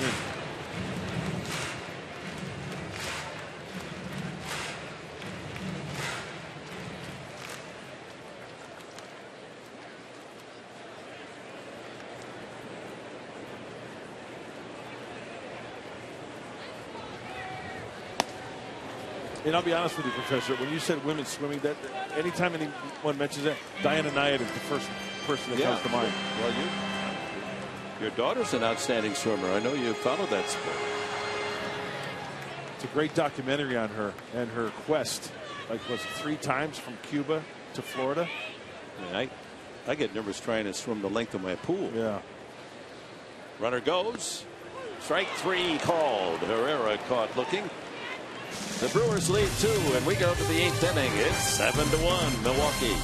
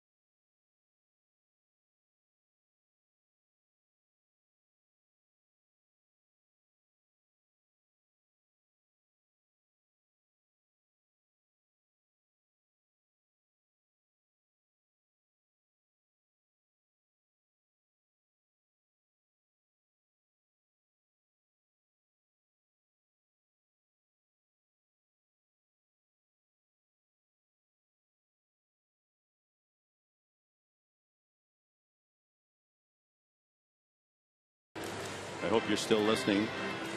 Bob Uecker came over to the booth today and wondered when the gift is going to arrive. And what is our post-game guest list when we have those interviews? What did they receive? What kind of a gift? See, I knew he wouldn't answer. Oh, his own. There you go.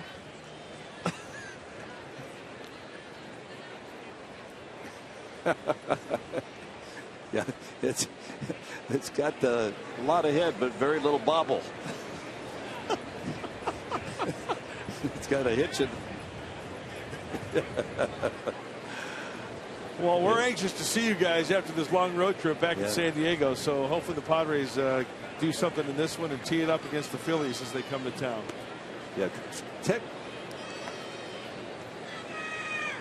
Yeah, text your picture so we'll recognize you when we get back.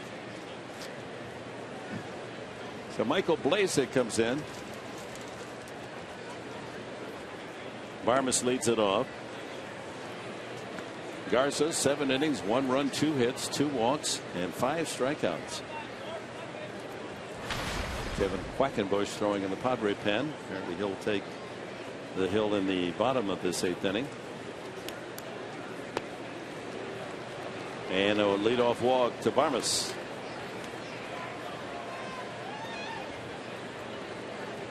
Well, tomorrow night, 6 o'clock here on Fox Sports San Diego, a 1-hour pregame show as the Phils come to town. Big Ryan Howard, career against the Padres, 10 homers, batting well over 300. Boy, that Michael Franco, he's a good-looking rookie. .296 batting average the last 7 games. I mean, he's had some big game-winning hits, Franco. And Jerome Williams, we'll see him pitch on Sunday. He had a good outing last year against San Diego. Boy, Jerome Williams still towing the slab, still throwing it up there. Melvin Upton homered his last time for the Padre run. Ball 1.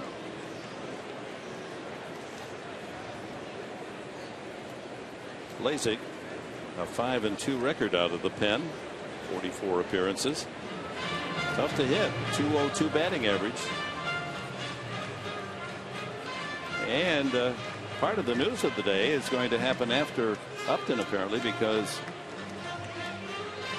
Alex Dickerson, just called up from El Paso, is in the on-deck circle. It'll be his first major league at bat. Poway High School, Indiana University. Acquired from the Pirates a couple of years ago for Miles Nicholas and Jeff Decker. Yeah, pretty good minor league numbers, signing back in 2011. A career .298 hitter in the minor leagues. A couple years in A-ball, Double-A, back to rookie ball, A-ball, Double-A. So, hey, the adrenaline's got to be pumping for Alex on deck. 1-1. Rick Kravitz, the pitching coach, went out to talk with Blazek after walking the leadoff man, saying, "Hey, we got a 6-run lead here. Make them hit their way on." 1 ball, 1 strike.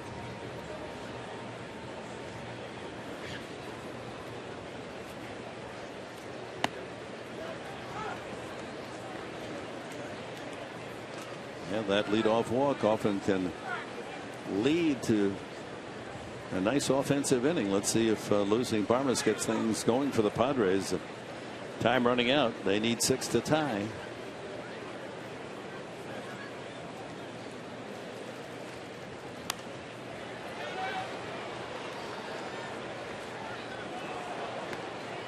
Last time up, Upton high and deep to left field. Well, he was getting a heavy dose of fastballs in, and he recognized that one right out of the hand. He turned on it, got the hands in, and sent it on its way. Unlike his brother Justin, who's linebacker build, Upton long and lean, but he is very strong.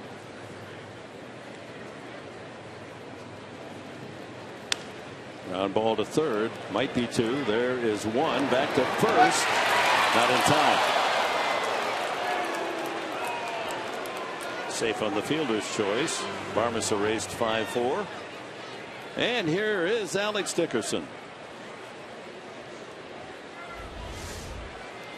Well, how close was it? Nice turn. by Jeanette at second base, getting out of the way, and just in time.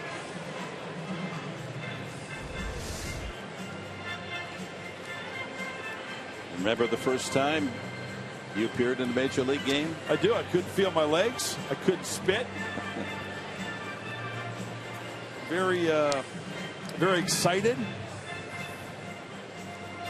And I'm sure that Alex Dickerson are feeling those emotions as Craig counts. That's too much time.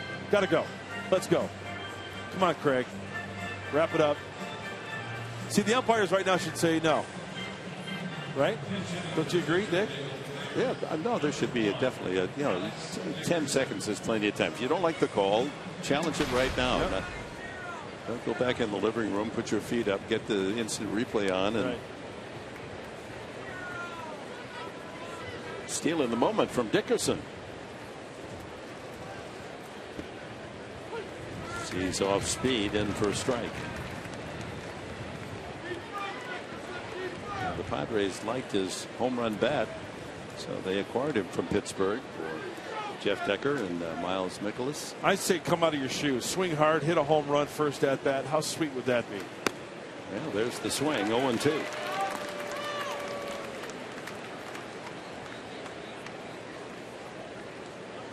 Dickerson had a terrific spring a year ago, and then he had a freak accident. Remember, he turned his ankle on a sprinkler head in Peoria, cost him half the year. He had a chance to make the club a year ago.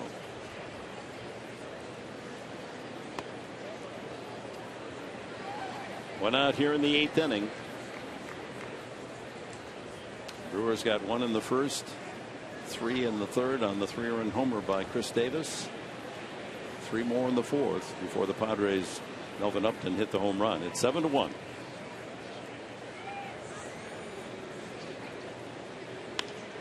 Fly ball into right field, didn't get all of that, and his first major league appearance winds up in an out to the right fielder. More to come. So 2 outs. Amarista the batter. Alexi 0 for 3, a couple of ground outs and a fly ball.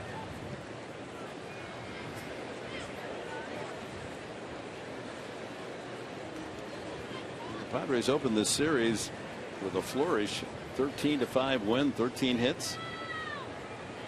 They used them all in the first game and have struggled since, although they did try to rally from well behind last night by an 8-2 and scored 3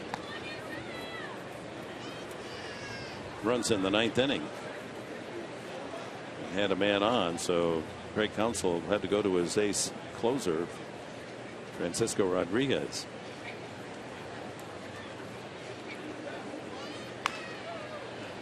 Soft to the first baseman, and that'll do it. The bottom of the 8th, Milwaukee 7, Padres 1.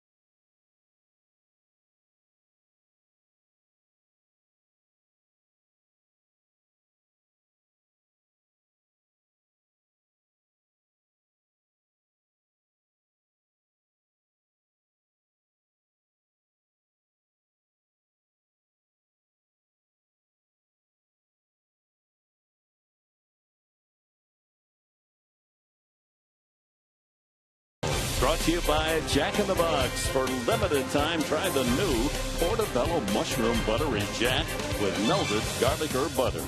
By Petco. What we feed them matters. And by Sony, the leader of 4K Ultra HD. Beautiful Miller Park. Roof has been open all 4 games of the series as the weather ideal. Summer perfect here in Milwaukee, Wisconsin.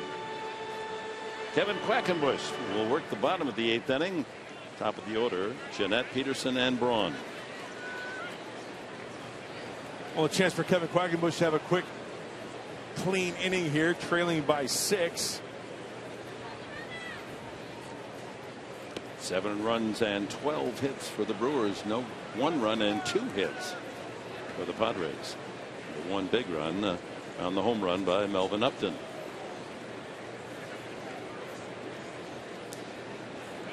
$28,789 entertained by the Brewers hit and run total.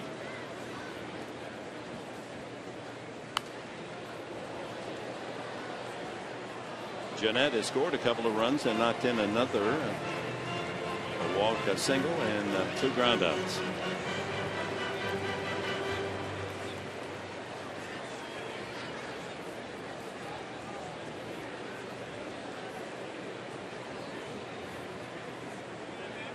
Fastball in, get it in there. There you go. Foul tip, strike 3. 1 away here in the 8th. Oh, sorry about the uno dos adios from Kevin Quackenbush. Here's the only Brewer without a base hit today, Shane Peterson. He sacrificed line to second and grounded out twice. Plenty of hits and runs elsewhere.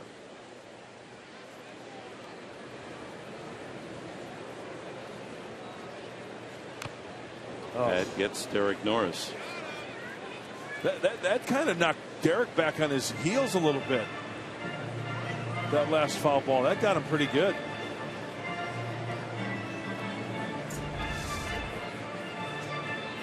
Squarely in the middle of the mask.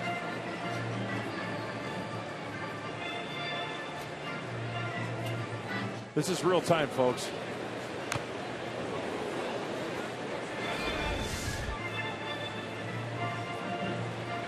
The old tools of ignorance. Not that the tools are ignorant. It's just sometimes people think that you're not really bright if you want to play that position. But it's a great position. The only player that is facing in that direction in the game, calling the game, in essence running the game. 1 ball, 1 strike to Peterson.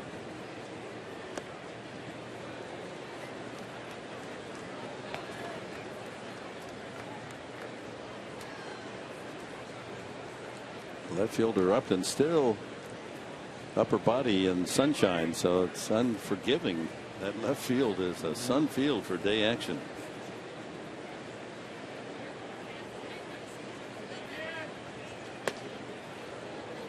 Three and 1. Ryan Braun next.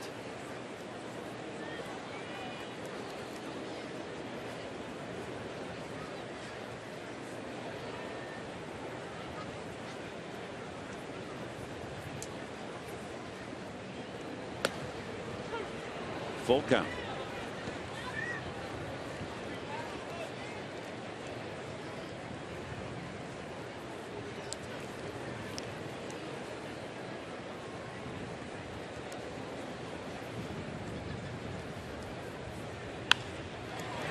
Through the left side, and Peterson has completed the entire starting lineup except for the pitcher with the base hit.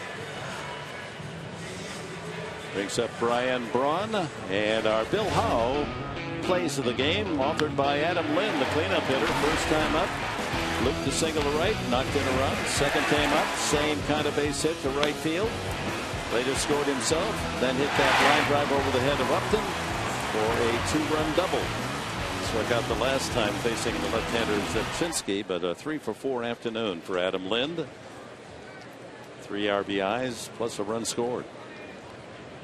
He's on deck as Ryan Braun walked twice, scored both times, and singled the last time up.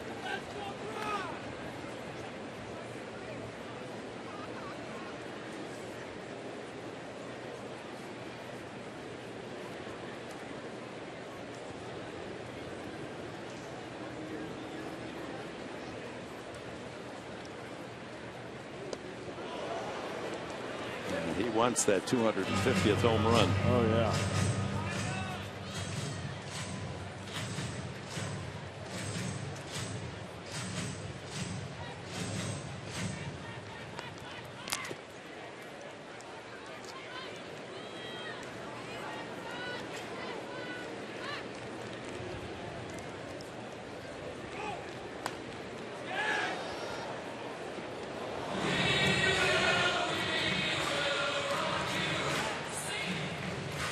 So reminder again, tomorrow, a 1-hour pregame show here on Fox Sports San Diego.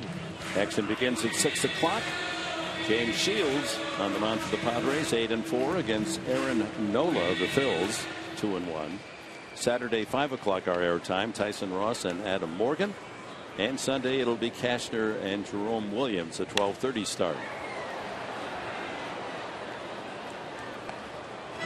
And then Cincinnati comes in Monday, Tuesday, and Wednesday.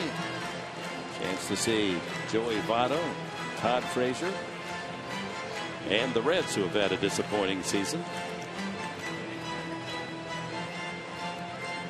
Hey, Dick, remember you were talking about 10-game road trips? Right. Well, one of our followers on Twitter came up with an answer. National League teams on games 9 and 10 of 10-game road trips, 17 and 28. Yeah, it just, I mean, This year, takes its toll. 2015. Yeah, thanks for that information, because it just, you know, the wear and tear of being on the road, sleeping in strange beds, getting on airplanes, playing in front of the enemy crowds. You've got to be really a good team to weather that, and that's why you try to play 500 ball on the road and have the winning record at home. Thank you, Dave Perrick, for that little bit of nugget of information. Very nicely done.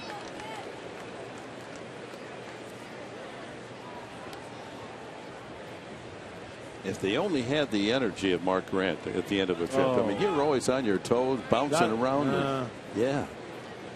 Got to jump around, though, when you come to Milwaukee. Yeah. You got to be heads up in the 8th inning when they play House of Pain. I look forward to it.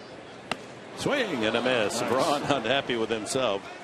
So eager to try to hit one out that he went after a ball well above his shoulders. 2 strikeouts for Quackenbush. You know, Dick, I think you make a good point, because this series they really haven't been giving Braun much to hit. So he's thinking, you know what, I'm going to get one last crack in here, maybe get a pitch to get up on top of, and Kevin Quackenbush goes up the ladder.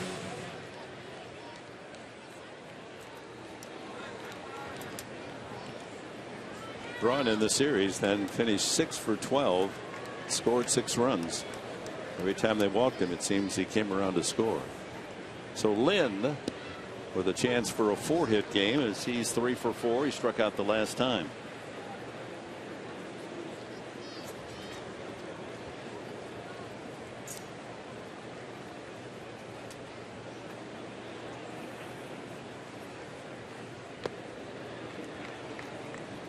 A ball and a strike.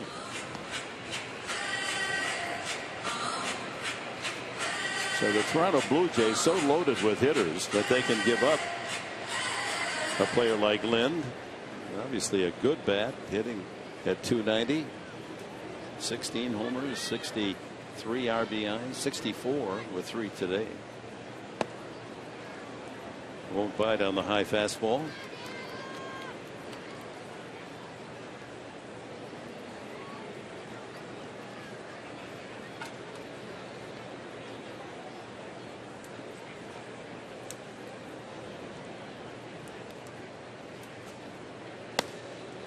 Three and one.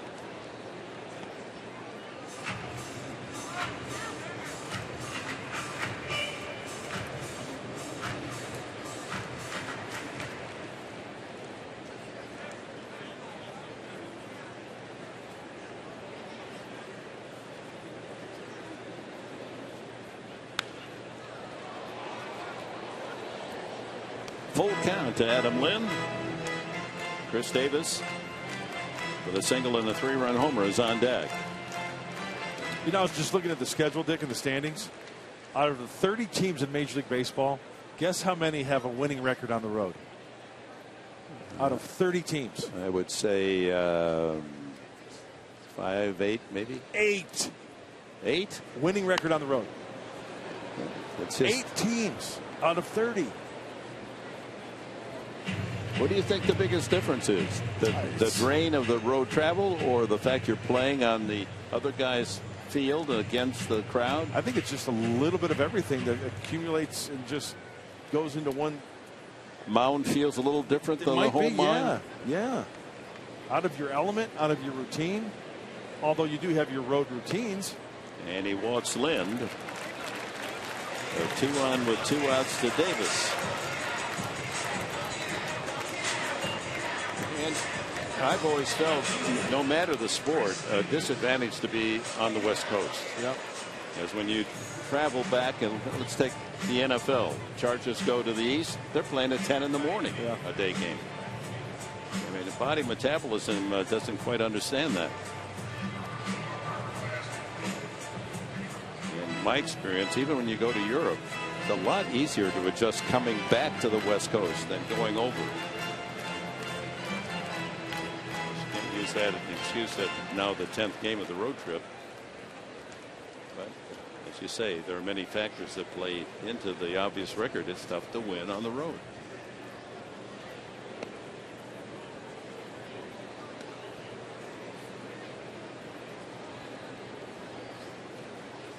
And the Padres, after winning the first game of the series, were just 1 game under 500 on the road.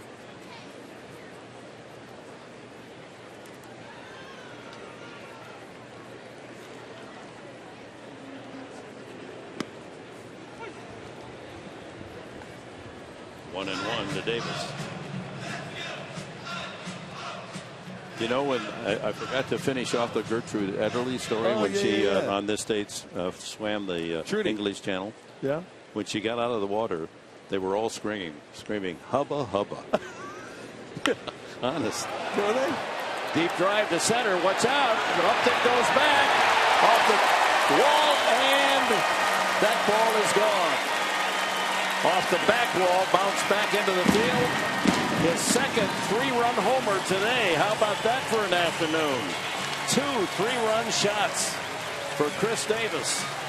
And that makes it a 10-1 game.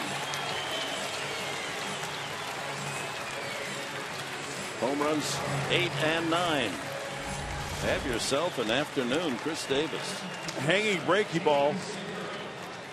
And the first home run for Chris Davis went the opposite way. That one on the first base side of second base. Going to right center field.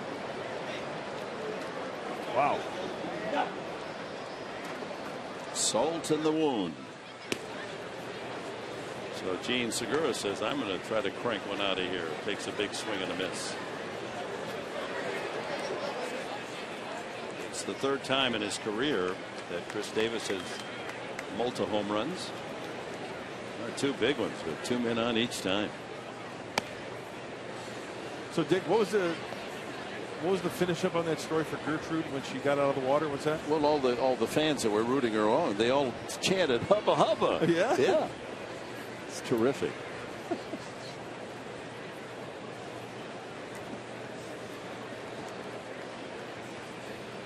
See, if that had been a male swimmer, they wouldn't have. They might have said, "Oh my," or something like that. Right. Way to go. Yeah. Of course, a lot of hang in there's in that game. You know, Yeah. You don't quite get to the other side.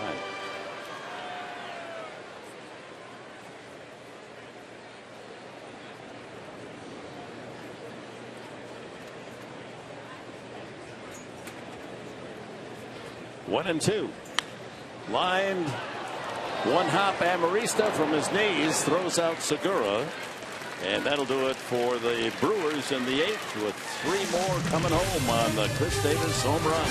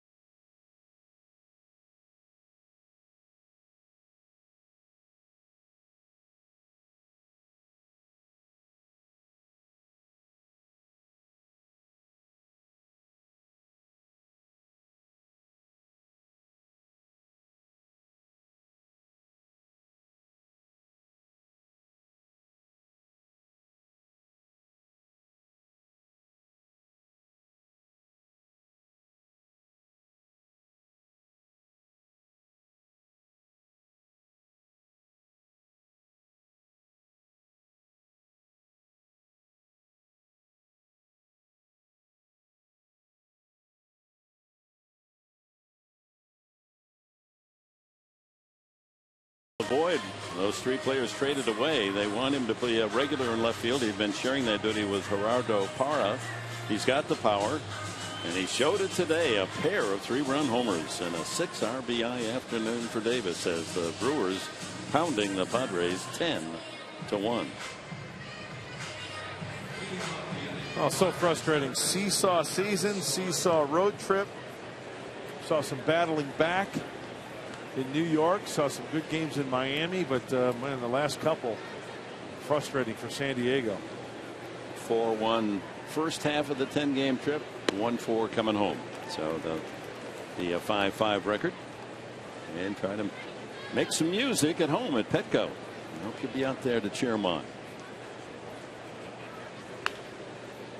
Well, Solarte and his 11-game hitting streak on the line here in the 9th inning. He has grounded twice to second and struck out.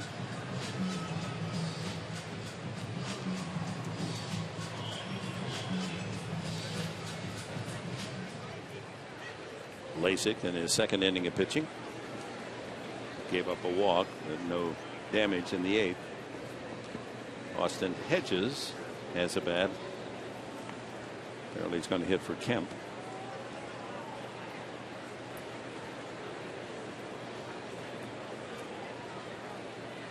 One and 2 to Jan.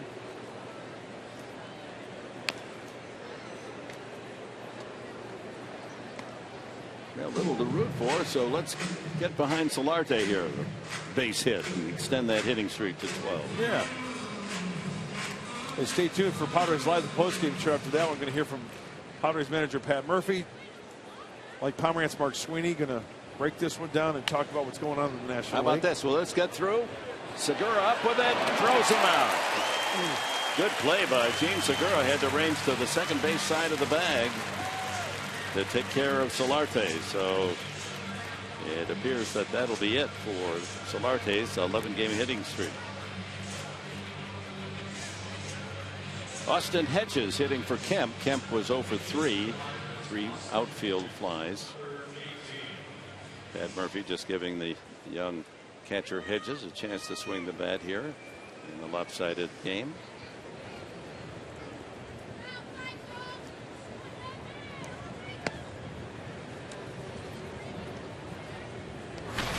Hedges started last night,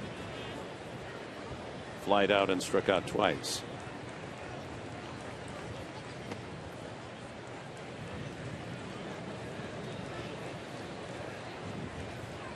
Justin Upton to follow.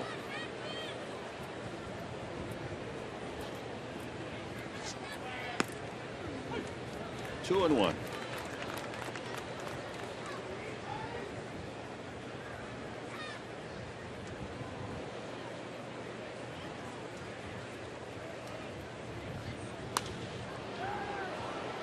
Shallow fly ball. Braun has a beat on it. And the Padres are down to their final out.